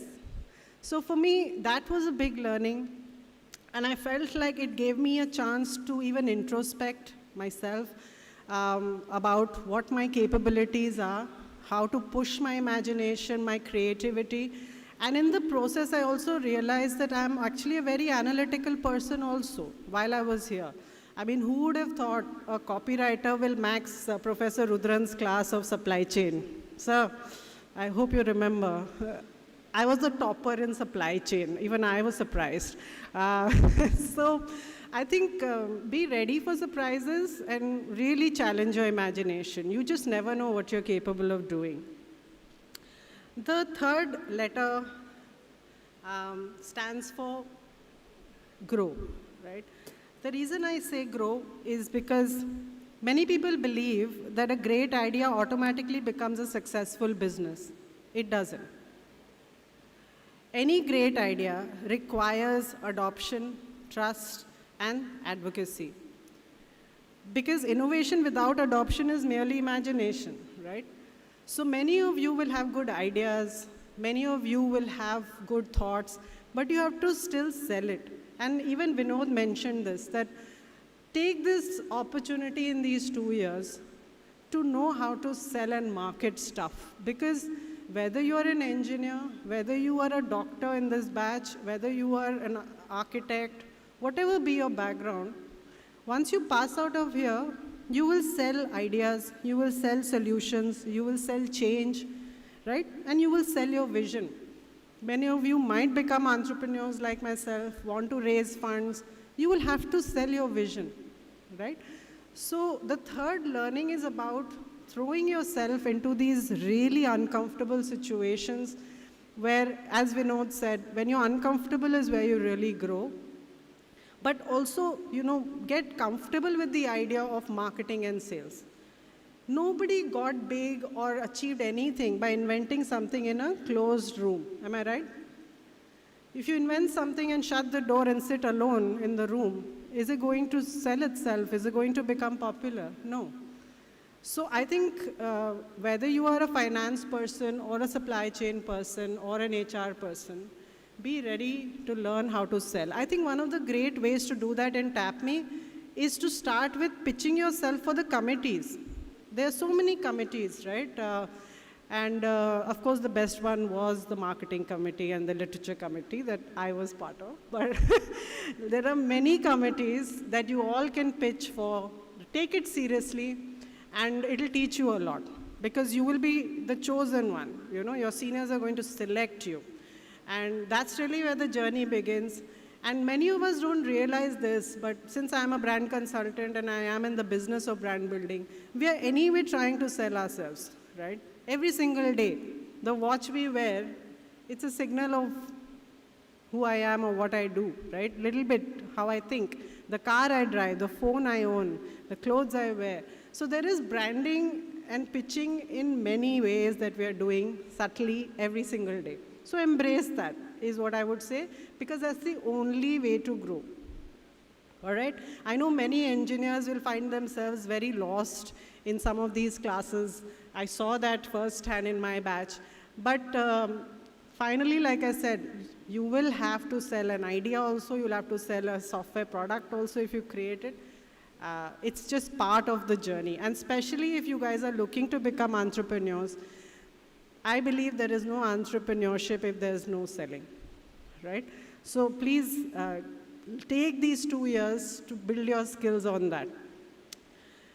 The fourth letter that came to my mind was H, which is have fun.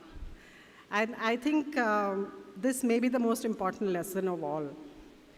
Business schools are highly competitive environments. Very soon, all of you will start comparing grades, internships, placements, LinkedIn announcements, right? And I was also like that. I think when I came in here, I had a lot of pressure. I had to do really well. And I was quite studious, right? I'm sure many of you in the audience, for you, this course is really make or break. It's like a high stake 2 years for you. Parents as well, might be feeling that this is really make or break. Having said that, this is also the 2 years where you will probably be a student for the last time, for many of you, unless you do a PhD, of course. But really enjoy yourself. I think that life is not just about academic excellence or milestones, right? It is also about enjoying yourself, enjoying these 2 years. And I think there is, among all the things that TAPMI gave me, which is education, confidence, opportunities, I have a little secret. It also gave me one more thing. Any guesses?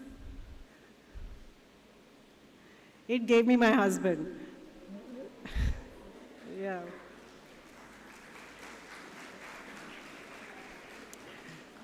And I think I suspect that is the ROI that no placement report can accurately capture. I am married to a TAPMian, and so when I tell you that you should value your relationships that you build here and have fun, I speak from personal experience.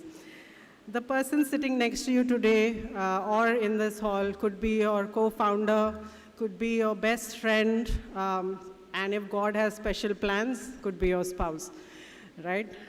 So please have fun.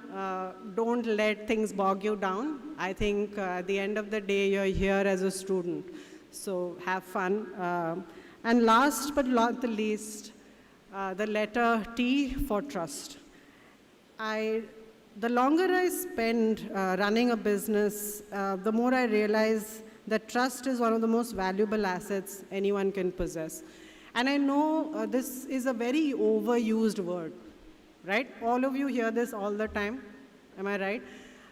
But this is one institution that actually stands by it, and I am witness to that. And all the values that were shown in the PPT and the videos, very few institutes walk the talk. And for me, what TAPMI did was demonstrate to me how to trust myself, how to trust the process, and how to also trust fellow colleagues and team members. They did that in a very brutal way, by the way. I don't think that program still exists, but our batch was sent for a 1-week outbound into the wilderness. And by wilderness, I actually mean wilderness. They took our phones away. We were made to sleep in tents on the floor. It was called an outbound for a whole week. We were made to go into caves which had bats. It was completely dark. We were given a compass and a torch and made to walk in the night, do night navigation to our destination, which went over 2 hills. So I felt like this is, something that should not be allowed. And, but we did it. We came out with flying colors, and what it did to us was it really made us trust ourselves. It made us trust our fellow colleagues, our batchmates, because to end this entire outbound, there was a hill that we had to climb. It was a, I think, 100-foot hill, rocky hill.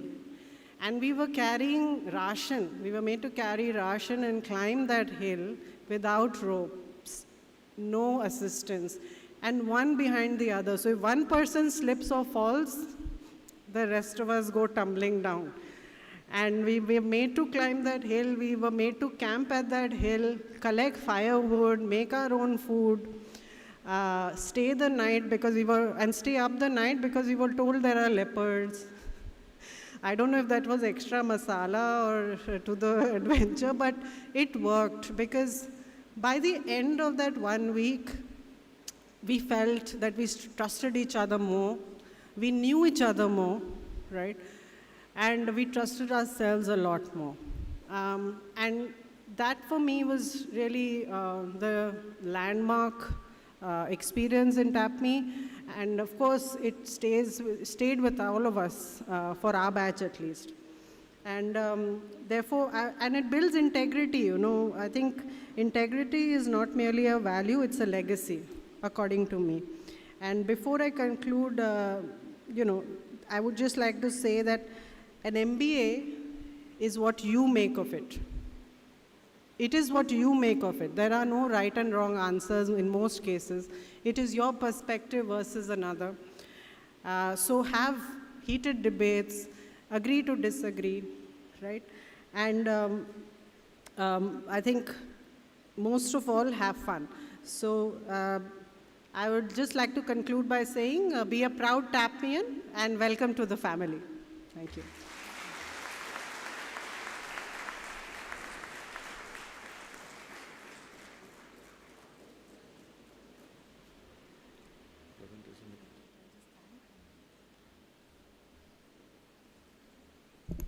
Thank you, Mr. Vinod and Ms. Arpita, for sharing your fond memories and truly inspiring messages through your life journey. We hope that would have really helped our students to take their journey forward. And we also wish that you come back to campus again and informally interact with them so that you can share more of your memories and inspire them a lot. Thank you so much. I also thank Professor Shruti for introducing our chief guest.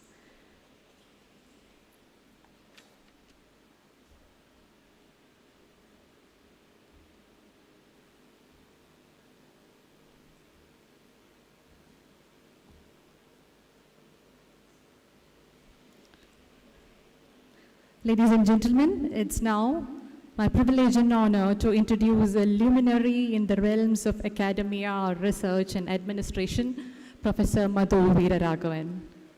Professor Madhu Veeraraghavan is the Pro Vice Chancellor of Management, Law, Humanities, and Social Sciences, Mahe Manipal, and Mahe Bangalore campus from April 1st, 2023. He also holds the position of TAPMI Chair Professor of Finance at TAPMI Management Institute, TAPMI, and Dr. TMAPI Endowment Chair in Management Research. He held the position of Director TAPMI from 2017 to 2023. Professor Madhu Veeraraghavan holds an MBA in Finance and Investments and PhD in Finance. With over 20 years of experience in world-class business schools, he believes that business schools should work for outcomes that support the mission of the school. Professor Veeraraghavan's research interests are in the area of corporate finance, behavioral finance, and the interplay between auditing and finance. He is a referee for several leading accounting and finance journals.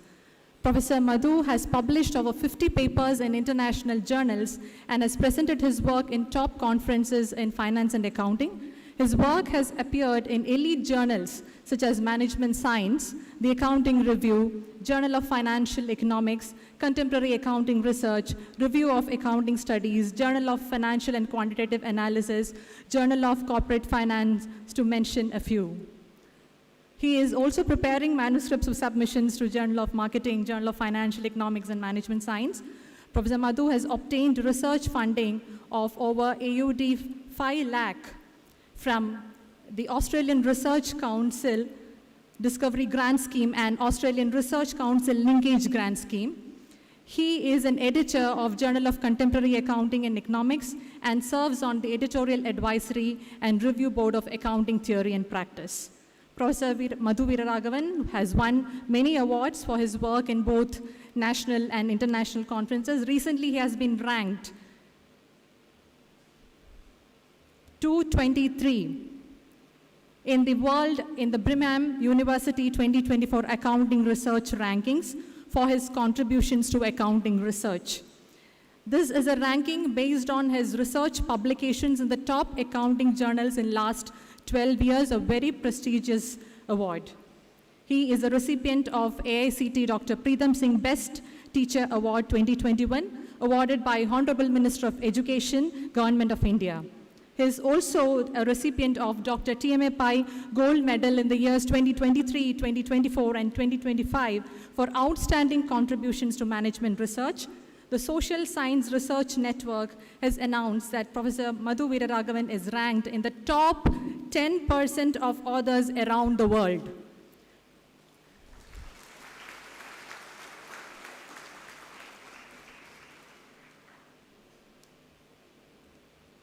Professor Madhu is a trustee of Mitras Foundation, an NGO that provides free skill development courses to participants from rural backgrounds with the sole aim of empowering young lives.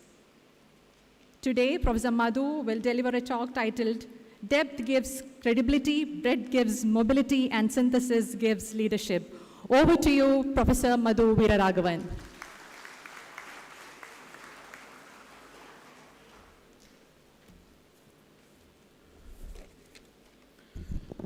Good afternoon to everybody. I'm going to stand between you and lunch. There is another session after mine. I don't know how we're going to do that, but Vinod, Arpita, Debashish, all my colleagues, parents, and the fresh batch of TAPMians. Delighted to be here back at my school after 2 years, actually.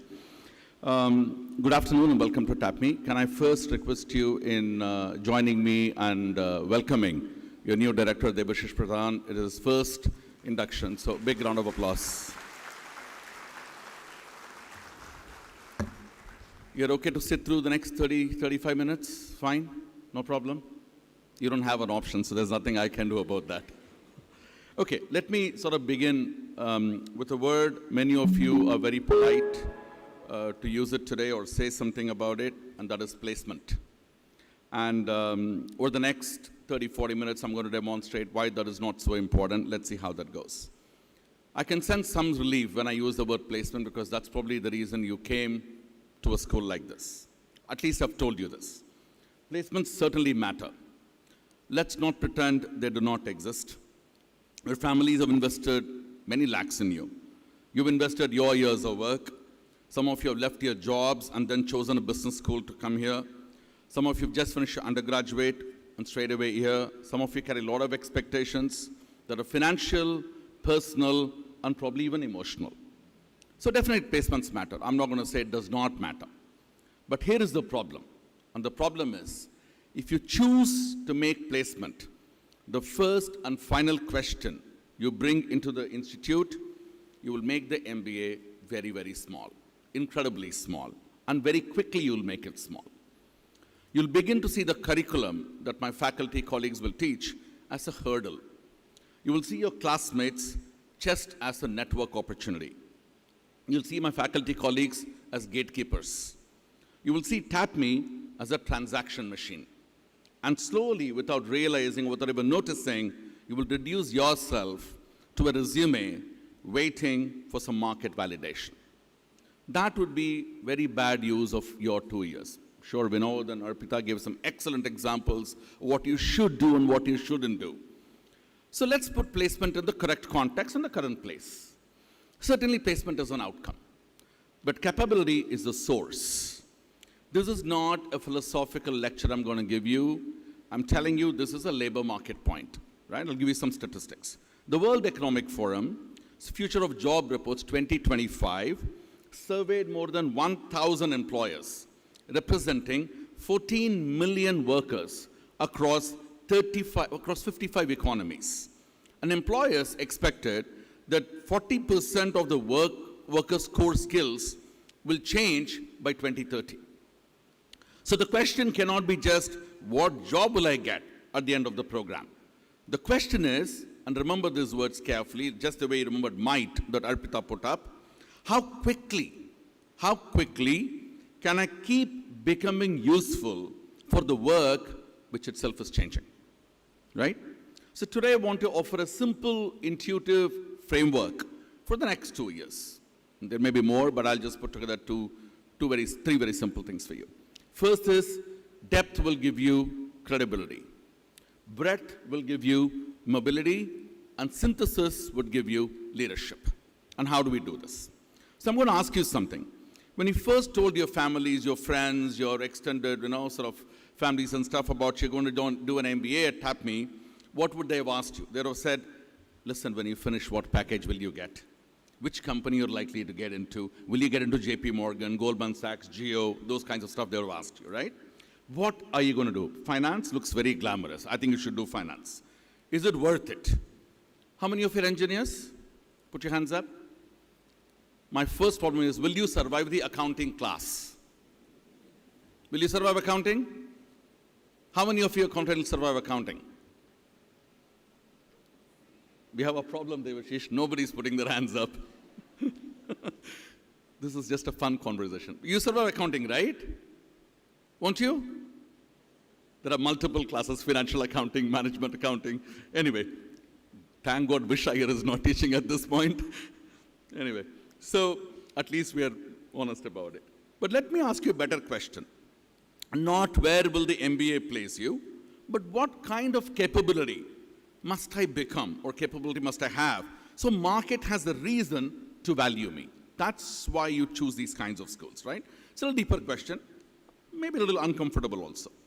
Let me say this to you about TAPMI. Vinod and Arpita gave some outstanding examples of what TAPMI has done for them and where they are today, right? I'm very grateful for their acknowledgement. TAPMI will create hundreds of opportunities. Faculty will teach you very well. great alumni, like two people sitting on the stage here, will guide you.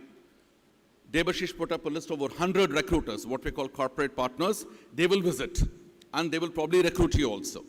Your peers will challenge you, but we will not be able to outsource your growth. You got to be in the game to do this for yourself. We can't do everything for you, and we will not do everything for you. Let me not make this very boring for you. I'm going to call a student called Yash Gulia. Yash, you're here? Come. We'll have some fun with Yash. He doesn't know what I'm going to do to him. So can I have a microphone for Yash? Yash comes from Jajjar, Haryana, right? He worked in Accenture for 4 years and 9 months. I had a con call with him. I said, come up, come up.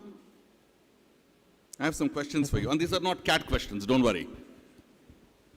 RCN at least gave you 10 p.m. at night and made you submit at 10 a.m. in the morning. RCN is actually in the campus. He's likely to be here in the afternoon. I wanted him to come in the morning, but he had a class. Yash, come this side. I want to ask Yash some questions. Let's see if Yash can answer them. A little farther away. Okay. When you chose the MBA program, what did you hope would change about you in 2 years? And these are all one-word answers, okay? They're not going to be detailed answers. So what did you think you will do in the next 2 years? What is one thing that would change you, about you? Anything comes to your mind? No pressure. They're all watching you. I think I will be making connections here, people with whom I will trust, work with. Okay. You'll work very well with people. Okay. What is one thing you're most excited about this program? Let's keep your microphone a little closer. First of all, I'll be doing something I like. I will be choosing a career which I like. After 5 years, I did work which I didn't like. So now I have chosen the path which I will like. Okay. What is one thing you're worried about other than accounting? Anything you're worried about in the next 2 years? No, I don't think so. Gee, it's not worried about anything. Very good. If your expectation from the MBA had to be described in one word, what would that word be? If you had to describe the whole 2 years of MBA in one word, what would that single word be? And I won't correct you. You can use whatever word you want. Life-changing platform. Life-changing platform. That's 2 words I can think. Okay, stay back. Okay, at least Yash did not say placement. Maybe because I told him placement is not very important. Okay, but anyway, that's fine. That's good. Okay, now I want to move a little bit away from Yash. He's going to be here. I'm going to call a student called Malvika Chalagonda from a BKFS batch. I spoke to both of them yesterday on a con call. So Malvika, you come here. I have some questions for you. So you may have to borrow Yash's microphone if they don't have one. So Malvika worked as a junior accountant for a year before she took the BKFS program. So I want to hear from you, Malvika. You chose a more sharper domain entity, banking, finance, and all that stuff, right? So I want to ask you, what made you choose BKFS instead of the core program that Yash chose? Why did you choose BKFS? I already had some experience in finance, and I wanted a more focused learning path rather than a broader one. More focus. This, because you're doing a very specialized program, so Vinod and Arpita, we have a banking program. These guys are doing that, and it's very, very sharp. Only 60 intake in the program. The core has 240 intake. So Malvika, for you, does this specialization, will it give you more clarity, or would it put or create more pressure for you? I'm willing to find out, sir. I'm looking forward to find out. You're looking forward to surviving that. Okay. What is one thing people like Yash who come from the core program should learn from you, or from your batch of BKFers, or because you guys are more specialized, they're more generalists. So what is one thing you think they should learn from you?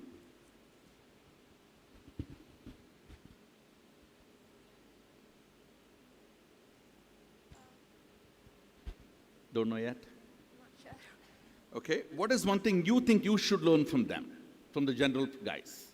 Of course, it's very new, you haven't met everybody, but because you're doing a very specialized program, no?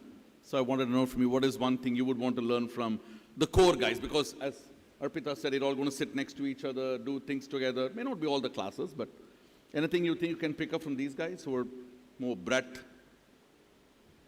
being more open to stuff, like being more open to new career paths rather than being focused on one. Okay. Okay, I don't want to over-question you. So if you want to see the difference between Yash and Malvika, for example, one would probably think about how do I identify or discover my range, and someone like a Malvika or the HR, the MBA, the marketing or the IB guys would think about how do I further go deep in my domain, right? The depth versus the breadth. Both are valid, perhaps both are incomplete. I wouldn't say this is better than that. But certainly my point here is to sort of make a difference between who is a generalist and who is a specialist, and how do you operate in this very, very complex world. Somebody's a specialist, somebody's a generalist. A general MBA, like what Yash is doing, stay back because I have one more question for you guys in a minute, gives you a lot of range, but that range can't become vague. It can't be everywhere, right? The question is not so much about specialists or generalists, it's about what depth will make you credible and what breadth will make you adaptive. That's important. And we picked up some articles from the HBR, and it's a very interesting piece of work that Jennifer Maluzzi and Damon Phillips have done. And they studied around 400 MBA graduates from the top US schools who entered investment banking after their graduation. And the simple advice would have been that specialize early, signal focus, and the market will reward you. That's what everybody would have thought. But they found something very interesting. They found the most narrowly focused investment banking profiles were less likely to receive multiple offers than candidates with broader backgrounds and experiences. Now, I don't want to scare you, Malvika. You will get offers, don't worry. I'm just reading out an HBR study that just... This does not mean that you guys are... specialization is bad. It only means in a crowded market, a very focused profile can become very easy to compare and easy to commodify, right? So depth must be paired with difference, some translation, and some range. I'm going to give you a small experiment. I'm going to give both of these guys one question and see what they answer. So here is a bank, something like what Vinod does, sort of large geo payments. This bank wants to launch an AI-enabled credit product for first-time borrowers. This bank is launching a new AI-enabled product for borrowers. Now you tell me, and I want to start with Malvika, you first, what would you notice first in that product? What are some things that comes to your mind? It is the AI-enabled product, first time the bank is launching for its borrowers. What things would you see as a BKFS student or as a BKFS major? Given your accounting experience, given the domain you are in. I know, and I did not discuss any of these things with them yesterday. I simply had a call with Durga Prasad, Varun, Santushti, and these two guys. I told them it's going to be fun. I'm having fun. No, I don't know how much fun they are having. What do you think you will notice? From a banking point of view. There are no right, wrong answers. You hold your microphone. Anything comes to your mind? Something along credit risk, regulatory stuff. If you are a BKFS major, what would you see on a new product?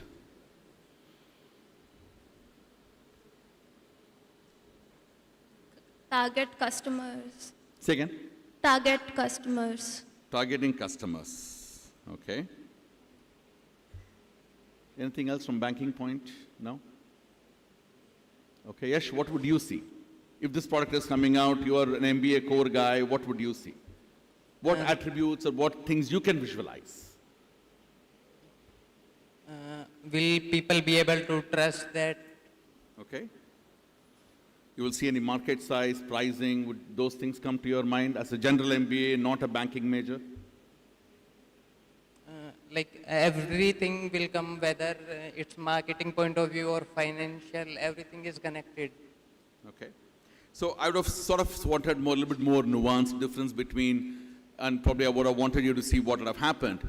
A BKFS student would have probably spoken about some credit risk or underwriting or some regulation, compliance, words that they would love to throw, right? I'm going to have more points to add, but someone like a Yash would have probably spoken a little bit about, hey, I want to look at the market size, some adoption, demand, a general thing that a generalist will say. But that's okay, that's not a problem. But all I'm trying to point out to you guys is similar problem produces two very different instincts, two very different points of view, which is something we must appreciate, right? So the real world does not send problems labeled finance problem, marketing problem, HR problem, analytics problem. They don't send you points like that. They come as a knot. It's all knotted out, right? And your job is to learn to untie those knots. You don't come to a top school, top 20 school to just be another MBA grad. If you want to be like a Vinod or an Arpita or many other alums who are there, then you want to learn to untie those things. That is what we do to you in TAPMI, in addition to finding life partners. Okay? So to untie a knot, depth will matter. Without depth, you don't understand the material. Breadth matters. Without the breadth, you don't see how the strands connect. So both depth and the breadth matters. And finally, synthesis matters. Without the synthesis, you describe complexity, but you don't act inside it. You can go back, and you can be relaxed now for 10 minutes. I want to wrap this up fairly soon. Take a break. And guys, thank them for me. Believe me, I swear to God, they had no clue what I was going to do to them today. None of them had a clue. Neither did DP or Varun or Santushti. So what do business schools do? I don't want to give you a sort of timeline or chronology, but I want to talk a little bit about why you guys choose to come to business school. Just take back. Why do business schools exist? So they were not created simply because companies needed more people with some degrees and certificates. They emerged because businesses itself became too complex to learn by imitation. There was a time when much of the business could be learned through apprenticeship. That doesn't happen anymore. You get into a family firm, you get into a trading house, a bank, a factory. Okay, but businesses have changed substantially. Commerce has scaled. Industry has scaled. Railways, banks, factories, accounting systems, everything has changed. The old method is no longer sufficient and is no longer enough. The world needed people who could reason across numbers, across people, operations, law, markets, institutions, under a lot of uncertainty, right? That's the beginning of modern business education. Wharton, founded in 1881, made business worthy of serious collegiate study. Tuck School, founded in 1900, gave a graduate form. The Harvard Business School, which everyone would swear by, founded in 1908, actually began the case method, a way of training judgment inside ambiguity. Berkeley, one of the great schools, Haas School, which started in 1898, remains as the business education brings to public purpose, transformation, and frontier economies. Oxford, very recent, Side School of Business, 1996, gives us another important lesson. The lesson is very simple. Even the world's oldest university had to build a modern business school, right? And age, consequently, is not enough. Institutions survive by renewal. So I'm not giving you a timeline. I don't want to draw a chronology of which school started. I just wanted to tell you something very simple. Every time businesses change form, business education must also change form. And the best business schools do not build a bridge between industry and academia, right? We always say industry-academia connections. That phase is very loose, very sort of passive, doesn't have the oomph or the punch in it. The best business schools in the world are one step ahead of where the industry is. That's what makes these schools great schools, right? So when Devishish was talking about Boulder Business School, the Boulder Business School is also about thinking a step ahead of the industry. So they ask, what will industry need before industry can fully name it? Even industry may not realize, but B schools, top B schools are able to visualize it. That's the standard you want to hold TAPMI to. Just the way we hold you by giving a 10 p.m. assignment, wanting it back at 10 a.m., you hold the faculty to say, how are we doing this, right? It's a standard you should also hold yourselves to, not just us. Now, this is 2026. We're moving away from the 1900s. We're coming to 2026. In 2026, you are entering management education at a very, very different time. The floor of competence is rising substantially. Measurable, not simply a feeling. The same WEF, the World Economic Forum report I read out earlier, now estimates job disruption will touch 22% of jobs by 2030, with 170 million roles will be created and 92 million roles will be displaced. The important point is not the forecast, the numbers, right? The important point is the direction. Work is being resorted and skills are being done. The fastest rising skills include AI, big data, technological literacy, creative thinking, resilience, flexibility, agility, curiosity, lifelong learning. All of this the web very, very beautifully documents. But the pattern is simple. The future does not ask you to be only technical or only human. It asks you to become both. And AI is certainly changing that. Data is changing what can be observed. Platforms are changing competition. Regulation is changing the boundary between firm and society. Climate and sustainability are changing what counts as risk. Geopolitics, which we are all understanding now much more, is changing the entire supply chains. Every morning, President gets up and decides what he wants to do. No one knows what he wants to do that day, right? Customers are changing faster than you can imagine. Strategies are not going to work suddenly. So what does this mean for you? It means finance without technology is incomplete. I hope Vinod will agree to that point. Marketing without data is incomplete. And I hope Arpita also agrees to that. Operations without system thinking is incomplete. HR without analytics and psychology is incomplete. Strategy without political economy is incomplete. And ambition without learning discipline is incomplete. That's why the next 2 years for you cannot be treated as a waiting room for placement. They are a protected period of reinvention. For many of you, this may be the last time in your life when your primary job is to learn deeply, experiment safely, fail intelligently, and rebuild deliberately. Please don't waste these 2 years. Don't just think about placement. Placement will happen, but you really have to enjoy these 2 years. This MBA will repeatedly put you in norms where you're not competent. I think one of them spoke about, Vinod spoke about, don't be scared about the first sort of role that you get, right? This is not a defect of the program. That is the MBA program, that it is going to challenge you. I want to quickly move to depth because I know I'm standing between you and lunch. Let's just return to that frame. Depth will give you credibility. Breadth will give you mobility. Synthesis will give you the leadership. Depth gives you credibility because the world does not trust vague talent for very long. At some point, you must be able to do something really hard, right? You must understand the domain very well enough to be useful when the conversation becomes serious. That's why it's important. It's finance, analytics, marketing, operations, banking, HR, consulting, name it. Depth is what makes you say, people say, bring this person into the room. Without depth, you may be charming, you may be very articulate, you may even be confident. But when the problem becomes difficult, people are going to start looking for substance, which you will not have if you don't have the depth. So therefore, depth will give you the substance. To breadth. Breadth gives you mobility because careers no longer move in straight lines. Your first role may not be your 10th role. Your first industry may not be your last industry. I mean, Vinod clearly explained how he moved, right? Your first specialization may not be the place where leadership emerges. Breadth will help you move. So that's important. It helps you translate. It helps you see opportunity outside the narrow lane where you began your careers. But breadth is not being the same as being superficial. It does not mean knowing a little about everything, carpentry to astrophysics, and then enough about nothing. It means it's a very disciplined exposure. Finally, to synthesis. Synthesis gives you leadership. Leadership is not about having many skills. It is knowing how to connect them at the right moment. A leader sees how a finance decision affects customer trust, how a technology flaw affects employee behavior, how regulation affects design, how culture affects execution, how incentives shape ethics. That would be the synthesis that we would want you to know. It is the ability to hold many kinds of knowledge together without being confused. So do not become a generalist in the sense of becoming unspecific, and do not become a specialist in the sense of becoming sealed. Become deep enough to be credible, broad enough to be mobile, synthetic enough to lead. Final exercise for you.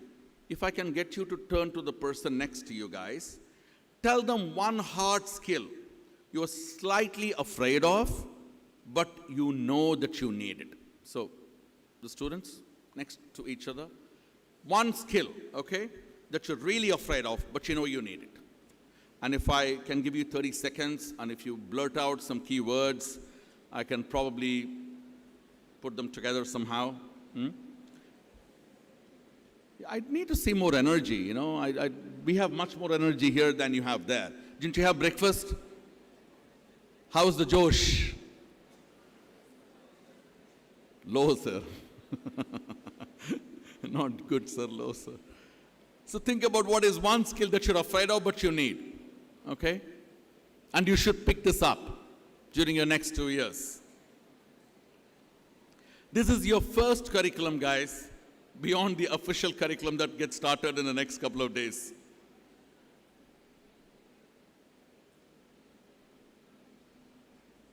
Any interesting things that came up? I can quickly write down 2 or 3. I'm really sorry to do this, but just to make it more fun. Anything you would like to, somebody would like to volunteer? No? No hard skills that you need to know but you don't, you're scared? What, Varun? These guys are not answering only. I'm going to put your admissions director under pressure now. Anybody scared of numbers, statistics, econometrics, accounting? Yeah, there are a lot of hands for accounting. Durga, you got to really have a look at this one. Anyway, so what should a future-ready graduate, MBA graduate, be fluent in? Huh? So numbers, accounting, we talk about systems, operations, leadership, regulation, feedback, all of that is there. A number of things we can add, and that's the MBA, but that's not a collection of subjects, right? It's a set of fluency. So here is a task for you over the next 100 days. I love the 100-day stuff because when I took over as director of TAPMI, I had a 100-day stuff. When I went to Bangalore, I had a 100-day stuff. The Prime Minister also has a 100-day agenda. Everybody has a 100-day agenda, right? And I love the Prime Minister anyway. So the 100-day agenda for you, this is what you want to do. Do not wait for the MBA to transform you, okay? Don't wait for TAPMI to do everything for you. You got to do what you have to do. Choose one hard skill that you will stop avoiding. Both Arpita and Vinod gave some excellent things to do, including the might that Arpita put up on the screen. I want you to think of one hard skill you will stop avoiding. Choose one domain outside your comfort zone that you will study seriously. Okay? Choose one habit you'll build before the first trimester ends. Maybe getting up early, having breakfast, coming to class. Choose one classmate you will learn from because they are not like you. They're unlike you. Okay? If you do this seriously for 100 days, you will not be the same student you're sitting right now. You'll be a very different person. I want to close. I want to close with 2 things. One, the general MBA expectation gives you range, gives you confidence, gives you discovery. The specialization, the BKFS, the HR, whatever else, will give you depth, give you domain, give you direction. Both are valid, both are incomplete. Depth without breadth can become a tunnel. Breadth without depth can become vague. Synthesis is what turns both into leadership. The market will ask for your resume. Life will ask for your judgment. TAPMI will help you build both, but only if you refuse to make the smaller one your core ambition. Do not leave TAPMI merely placed. Leave it as credible, leave mobile, leave capable of synthesis, leave enlarged. And my final wish for you, let me also assure you this. People talk a lot about AI, right? And we do too. AI cannot become a Picasso, a Lata Mangeshkar, a Ghulam Ali, an Einstein, an Obama, a Gandhi. I mean Mahatma Gandhi, not the other one. Or a Virat Kohli ever. Because a human can never be compared to even the best performing aggregate database ever. The human will always be superior because of the creativity, sensibility, uniqueness, intelligence, natural intelligence, and above all, the humanity which no AI has. With that, let me welcome you to what I believe is the best 2 years of your life. Make it worthwhile for your parents, enjoyable for your profs, fun for your mates. Above all, make it useful for yourselves. Welcome aboard. Time to take off. Thank you very much. Have a great 2 years. And congratulations one more time.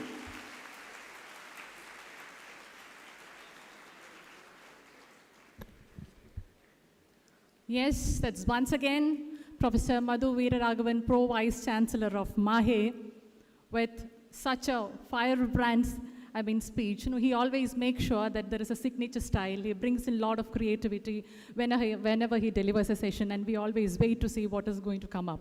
So thank you so much, Professor Madhu, for that. And now, before we move on, we wish to thank our chief guest and guest of honor for being with us today. I request our Pro VC, Professor Madhu Veeraraghavan, to present a memento to our chief guest, Mr. Vinod Ishwaran, as a token of our love and gratitude.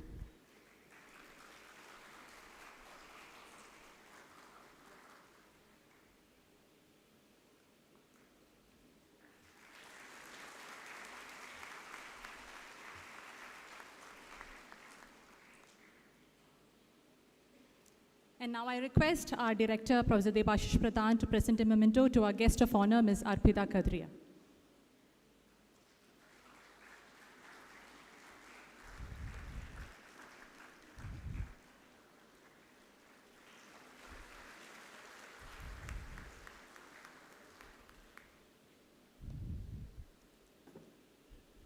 Each year, it is with great anticipation and enthusiasm that we welcome a new cohort of students to TAPMI. The richness of perspectives, experiences, and aspirations that our students bring creates a vibrant and dynamic learning environment. To present the profile of the incoming batch of 2026-28, we are pleased to invite Professor Varun Sharma, Chairperson Admissions. Over to you, Professor Varun.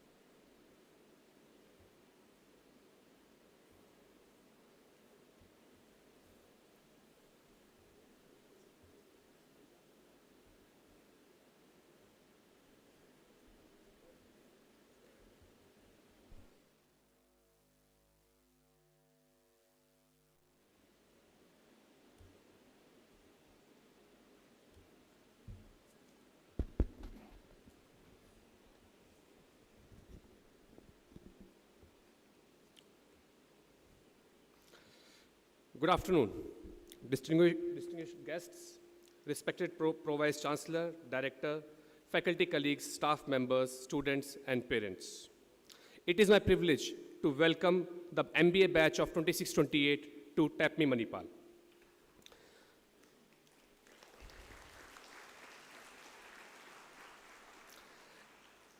As chairperson of admissions, today is one of the most satisfying moments of the year.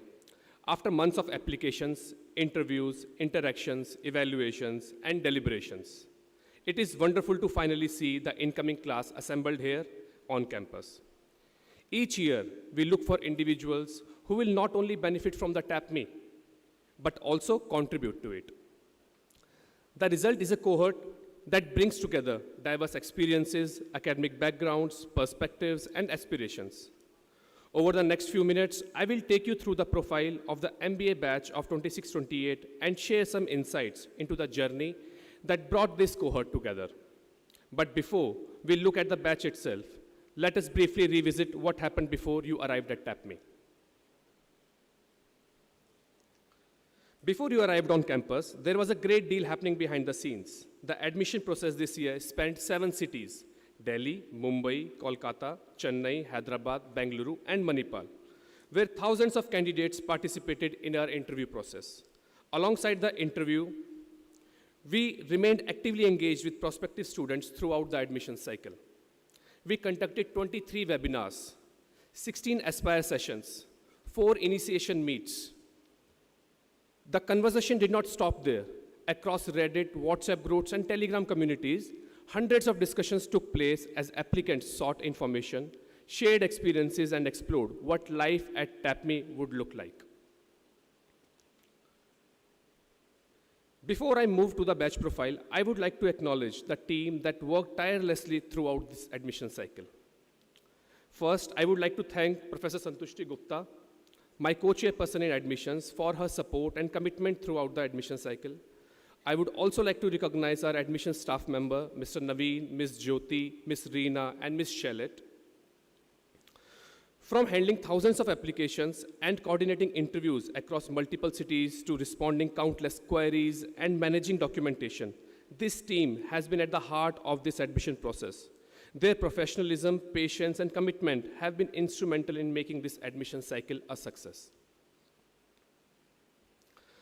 I would also like to acknowledge our Students Admissions Committee, Team ADCOM.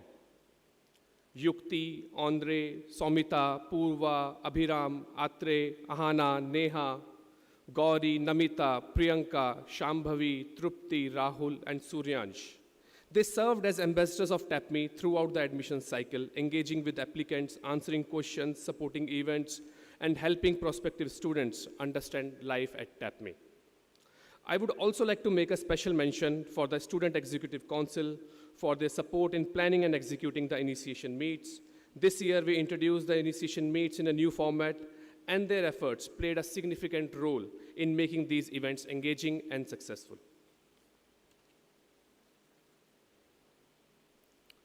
Following a rigorous screening process, 9391 applications were shortlisted and 7130 interviews were conducted. The process was highly competitive and approximately 42 applicants competing for every seat in the program. The result of this process is MBA batch of 2628 comprising of 509 students who begin their journey with us today. One of the highlights of this year's cohort is the gender balance that we have achieved.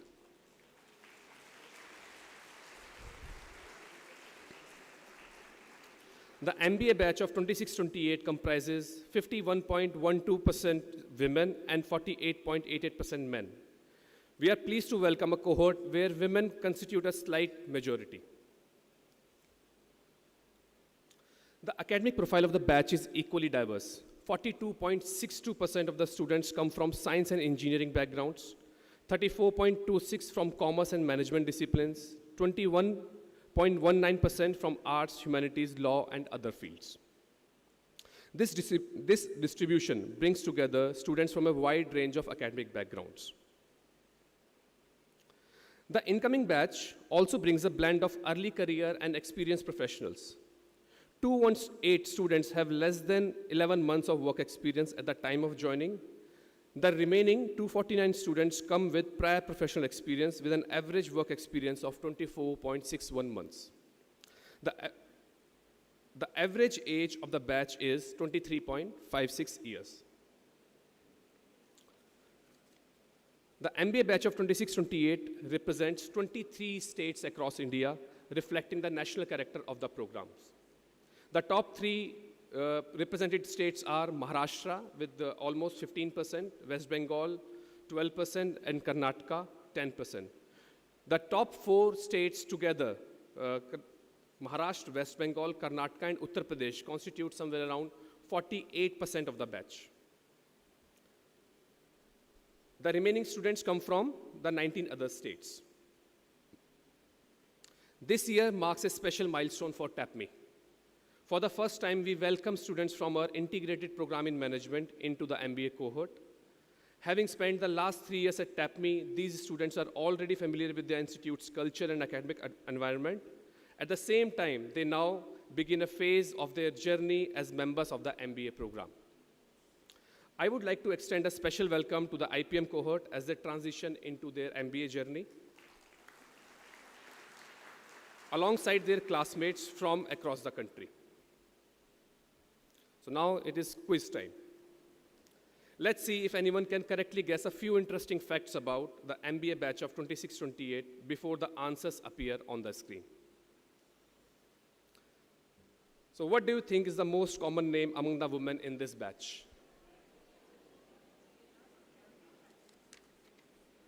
Yes, any guesses?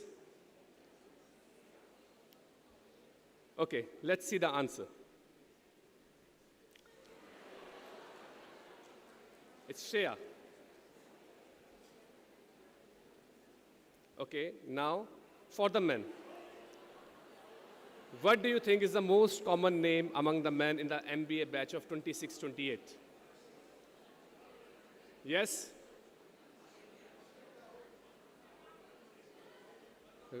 So I'm listening Ashish, Rahul, Aditya, Abhishek. Okay, let's see. So it's Aditya. Aditya is same as last year. The last year was, the Aditya was the most common name among the men students. Now, okay. Oh. Right. So I hope those of you with the winning names are ready for the confusion that awaits when someone calls out your name in the class. So over the past few months, we received thousands of queries from applicants and admitted students. Before I reveal the answer, let's hear from you. According to you, what are the most common questions asked? Holidays, okay. I think Professor Vasant is guessing it right.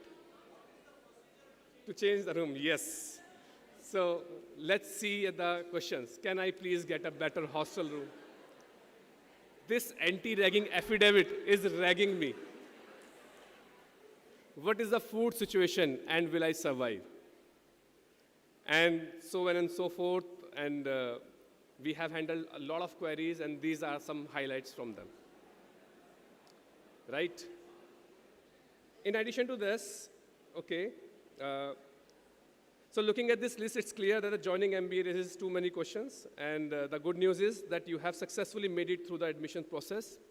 From today, you will begin discovering these answer to these questions yourself. Now, throughout the admission cycle, we also kept a close eye on online discussions to understand what applicants were talking about. Right? So I'm going to show you some screenshots from Reddit, what we have picked out, okay? So if it is not visible, let me just zoom in on a little bit. So some good things about TAPMI, the TAPMI admission process. TAPMI results and waitlist came and the whole subreddit is full of it. This is not the case with some other institute. I have hidden the name of the other institute, but this year that institute, okay. But the important thing is that the TAPMI results and waitlist came out very quickly. दिख रहा है?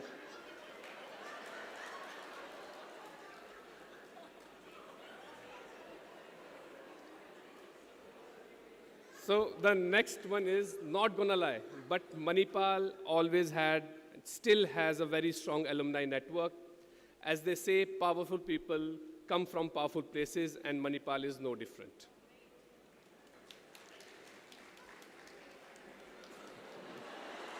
Now the next questions are somewhat of personal nature. So this thread is probability of getting a girlfriend at TAPMI. And yeah, so, okay, I'll move on from this one. This is the same thread, another screenshot. Mat kar lala mat kar, and all those conversations are still going on. So I just wanted to show you what the conversations were looking like online. So this is also another thing. During the admission process, we also asked students about their aspirations and what they hope to gain from the MBA experience.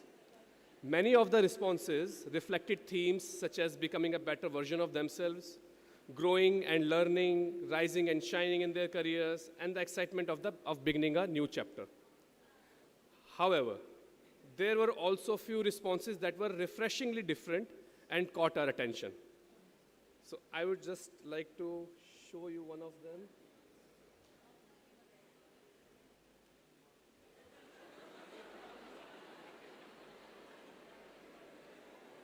Right. Some poems are also there.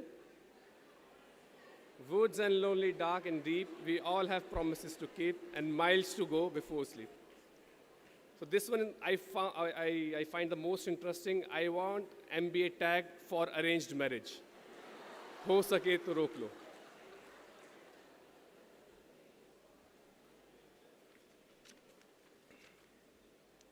Yes, so before I conclude, I would like to express my gratitude to everyone who contributed to building this cohort. So, Pro Vice Chancellor, MLHS in Mahe, Bengaluru, thank you, sir, for your guidance and support. Director TAPMI and Director's Office, thank you for your encouragement and continued trust in team admissions. Dean Administration, Associate Dean Administration, and admin team, thank you for your support and coordination throughout the admission cycle. Principal Officer, Student Acquisition and Marketing, thank you, sir, for your guidance in outreach and student engagement. PGP Chairperson, PGP Co-Chairperson, and PGP team, thank you for your collaboration and supporting in welcoming the incoming batch. Branding Chairperson and branding team, thank you for helping us communicate the TAPMI story to prospective students. Chairperson and Co-Chairperson, Alumni Relations Committee, thank you for facilitating alumni participation and engagement during admission events. IT Chairperson and IT team, thank you for ensuring seamless technology support throughout the admission cycle. Program Chairpersons, thank you for engaging the prospective students through webinars and effectively positioning your programs.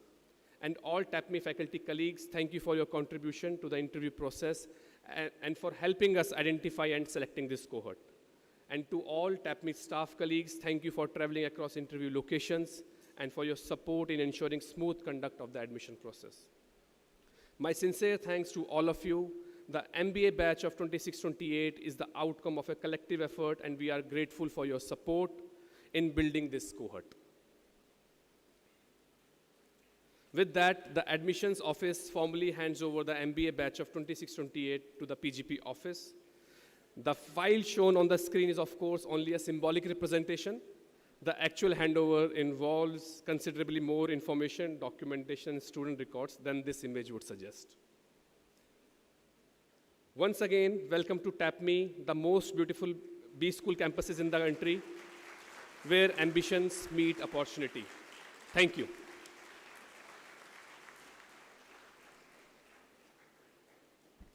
So thank you so much, Professor Varun Sharma. I missed this. I think we need to give a loud round of applause to Yash and Malavika for actually coming up to stage and having an interaction with Professor Madhu. Thank you so much. And now we have arrived at the conclusion of the formal segment of our induction ceremony. We know you're hungry. But before we bring this memorable occasion to close, it is important to express our sincere gratitude to all those whose dedicated efforts have made today's event a great success. May I now invite Professor Manju Meenakshi, co-chair of PGP, to deliver the vote of thanks. Over to you, Professor Manju.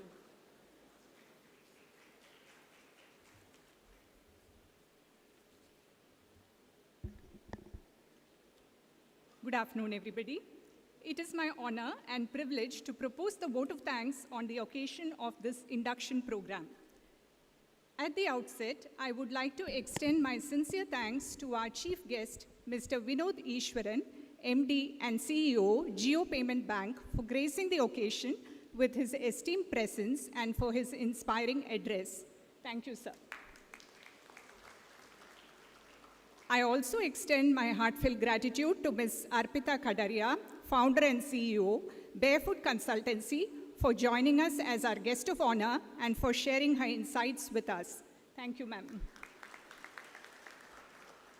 I would like to express our gratitude to Dr. Ramdas M. Pai, Chancellor, Manipal Academy of Higher Education, Dr. Ranjan Pai, President Mahe, Dr. H.S. Balal, Pro-Chancellor Mahe, Dr. Sharat Kumar Rao, Vice Chancellor Mahe, and the esteemed members of the Governing Council of Mahe for their continued guidance and encouragement.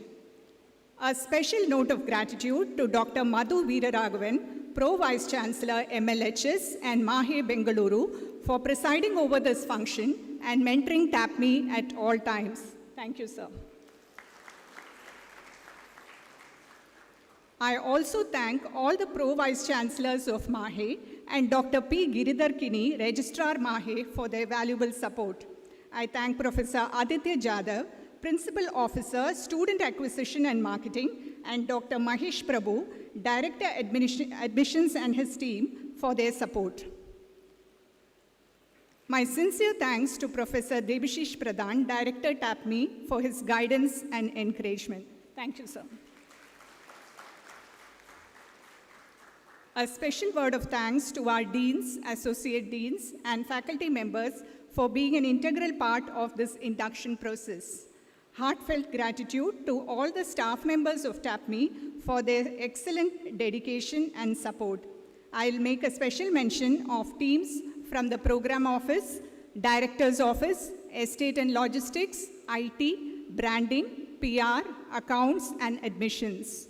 I would also like to extend my thanks to the officials and administrative teams of MAHE for their valuable support. Special mention, Director General Services, Director Media and PR, Director IT and Digital, Director Finance, Director Purchase, and their respective teams for their cooperation. I place on record our appreciation to our friends and supporters from media. I would also like to express our thanks to the management and staff of Town Hall for providing us with this venue and arrangements. My heartfelt thanks to the Student Executive Council, Alumni Relations, and Lime Committee for working with us to make it a memorable experience for the incoming students. A very special thanks to Professor Arunima for hosting this event with grace and enthusiasm. Now we come to the most important part. I would like to express our heartfelt appreciation to all the parents and family members for placing their trust in TAPMI and for taking the time out to be with us today. And finally, a big thank you to all the students of the incoming batch for choosing to be a part of TAPMI family. On behalf of all of us at TAPMI, I wish you an enriching and successful journey ahead. Thank you.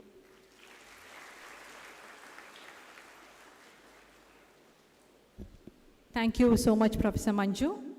So we have come to the end of the first part of the induction program.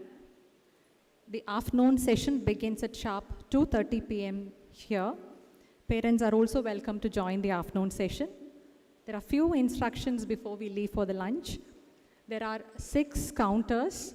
We have 3 counters towards your right side and the 3 counters outside. So there's 4 counters, 3 counters outside the hall and 1 towards the right side are for students and parents. The other 2 counters, one is for faculty and staff and one is a Jain counter. The volunteers from Student Executive Council, they will be guiding you. If you have any doubts, please consult them. Thank you. So we will meet again at 2:30 p.m. again today. Thank you.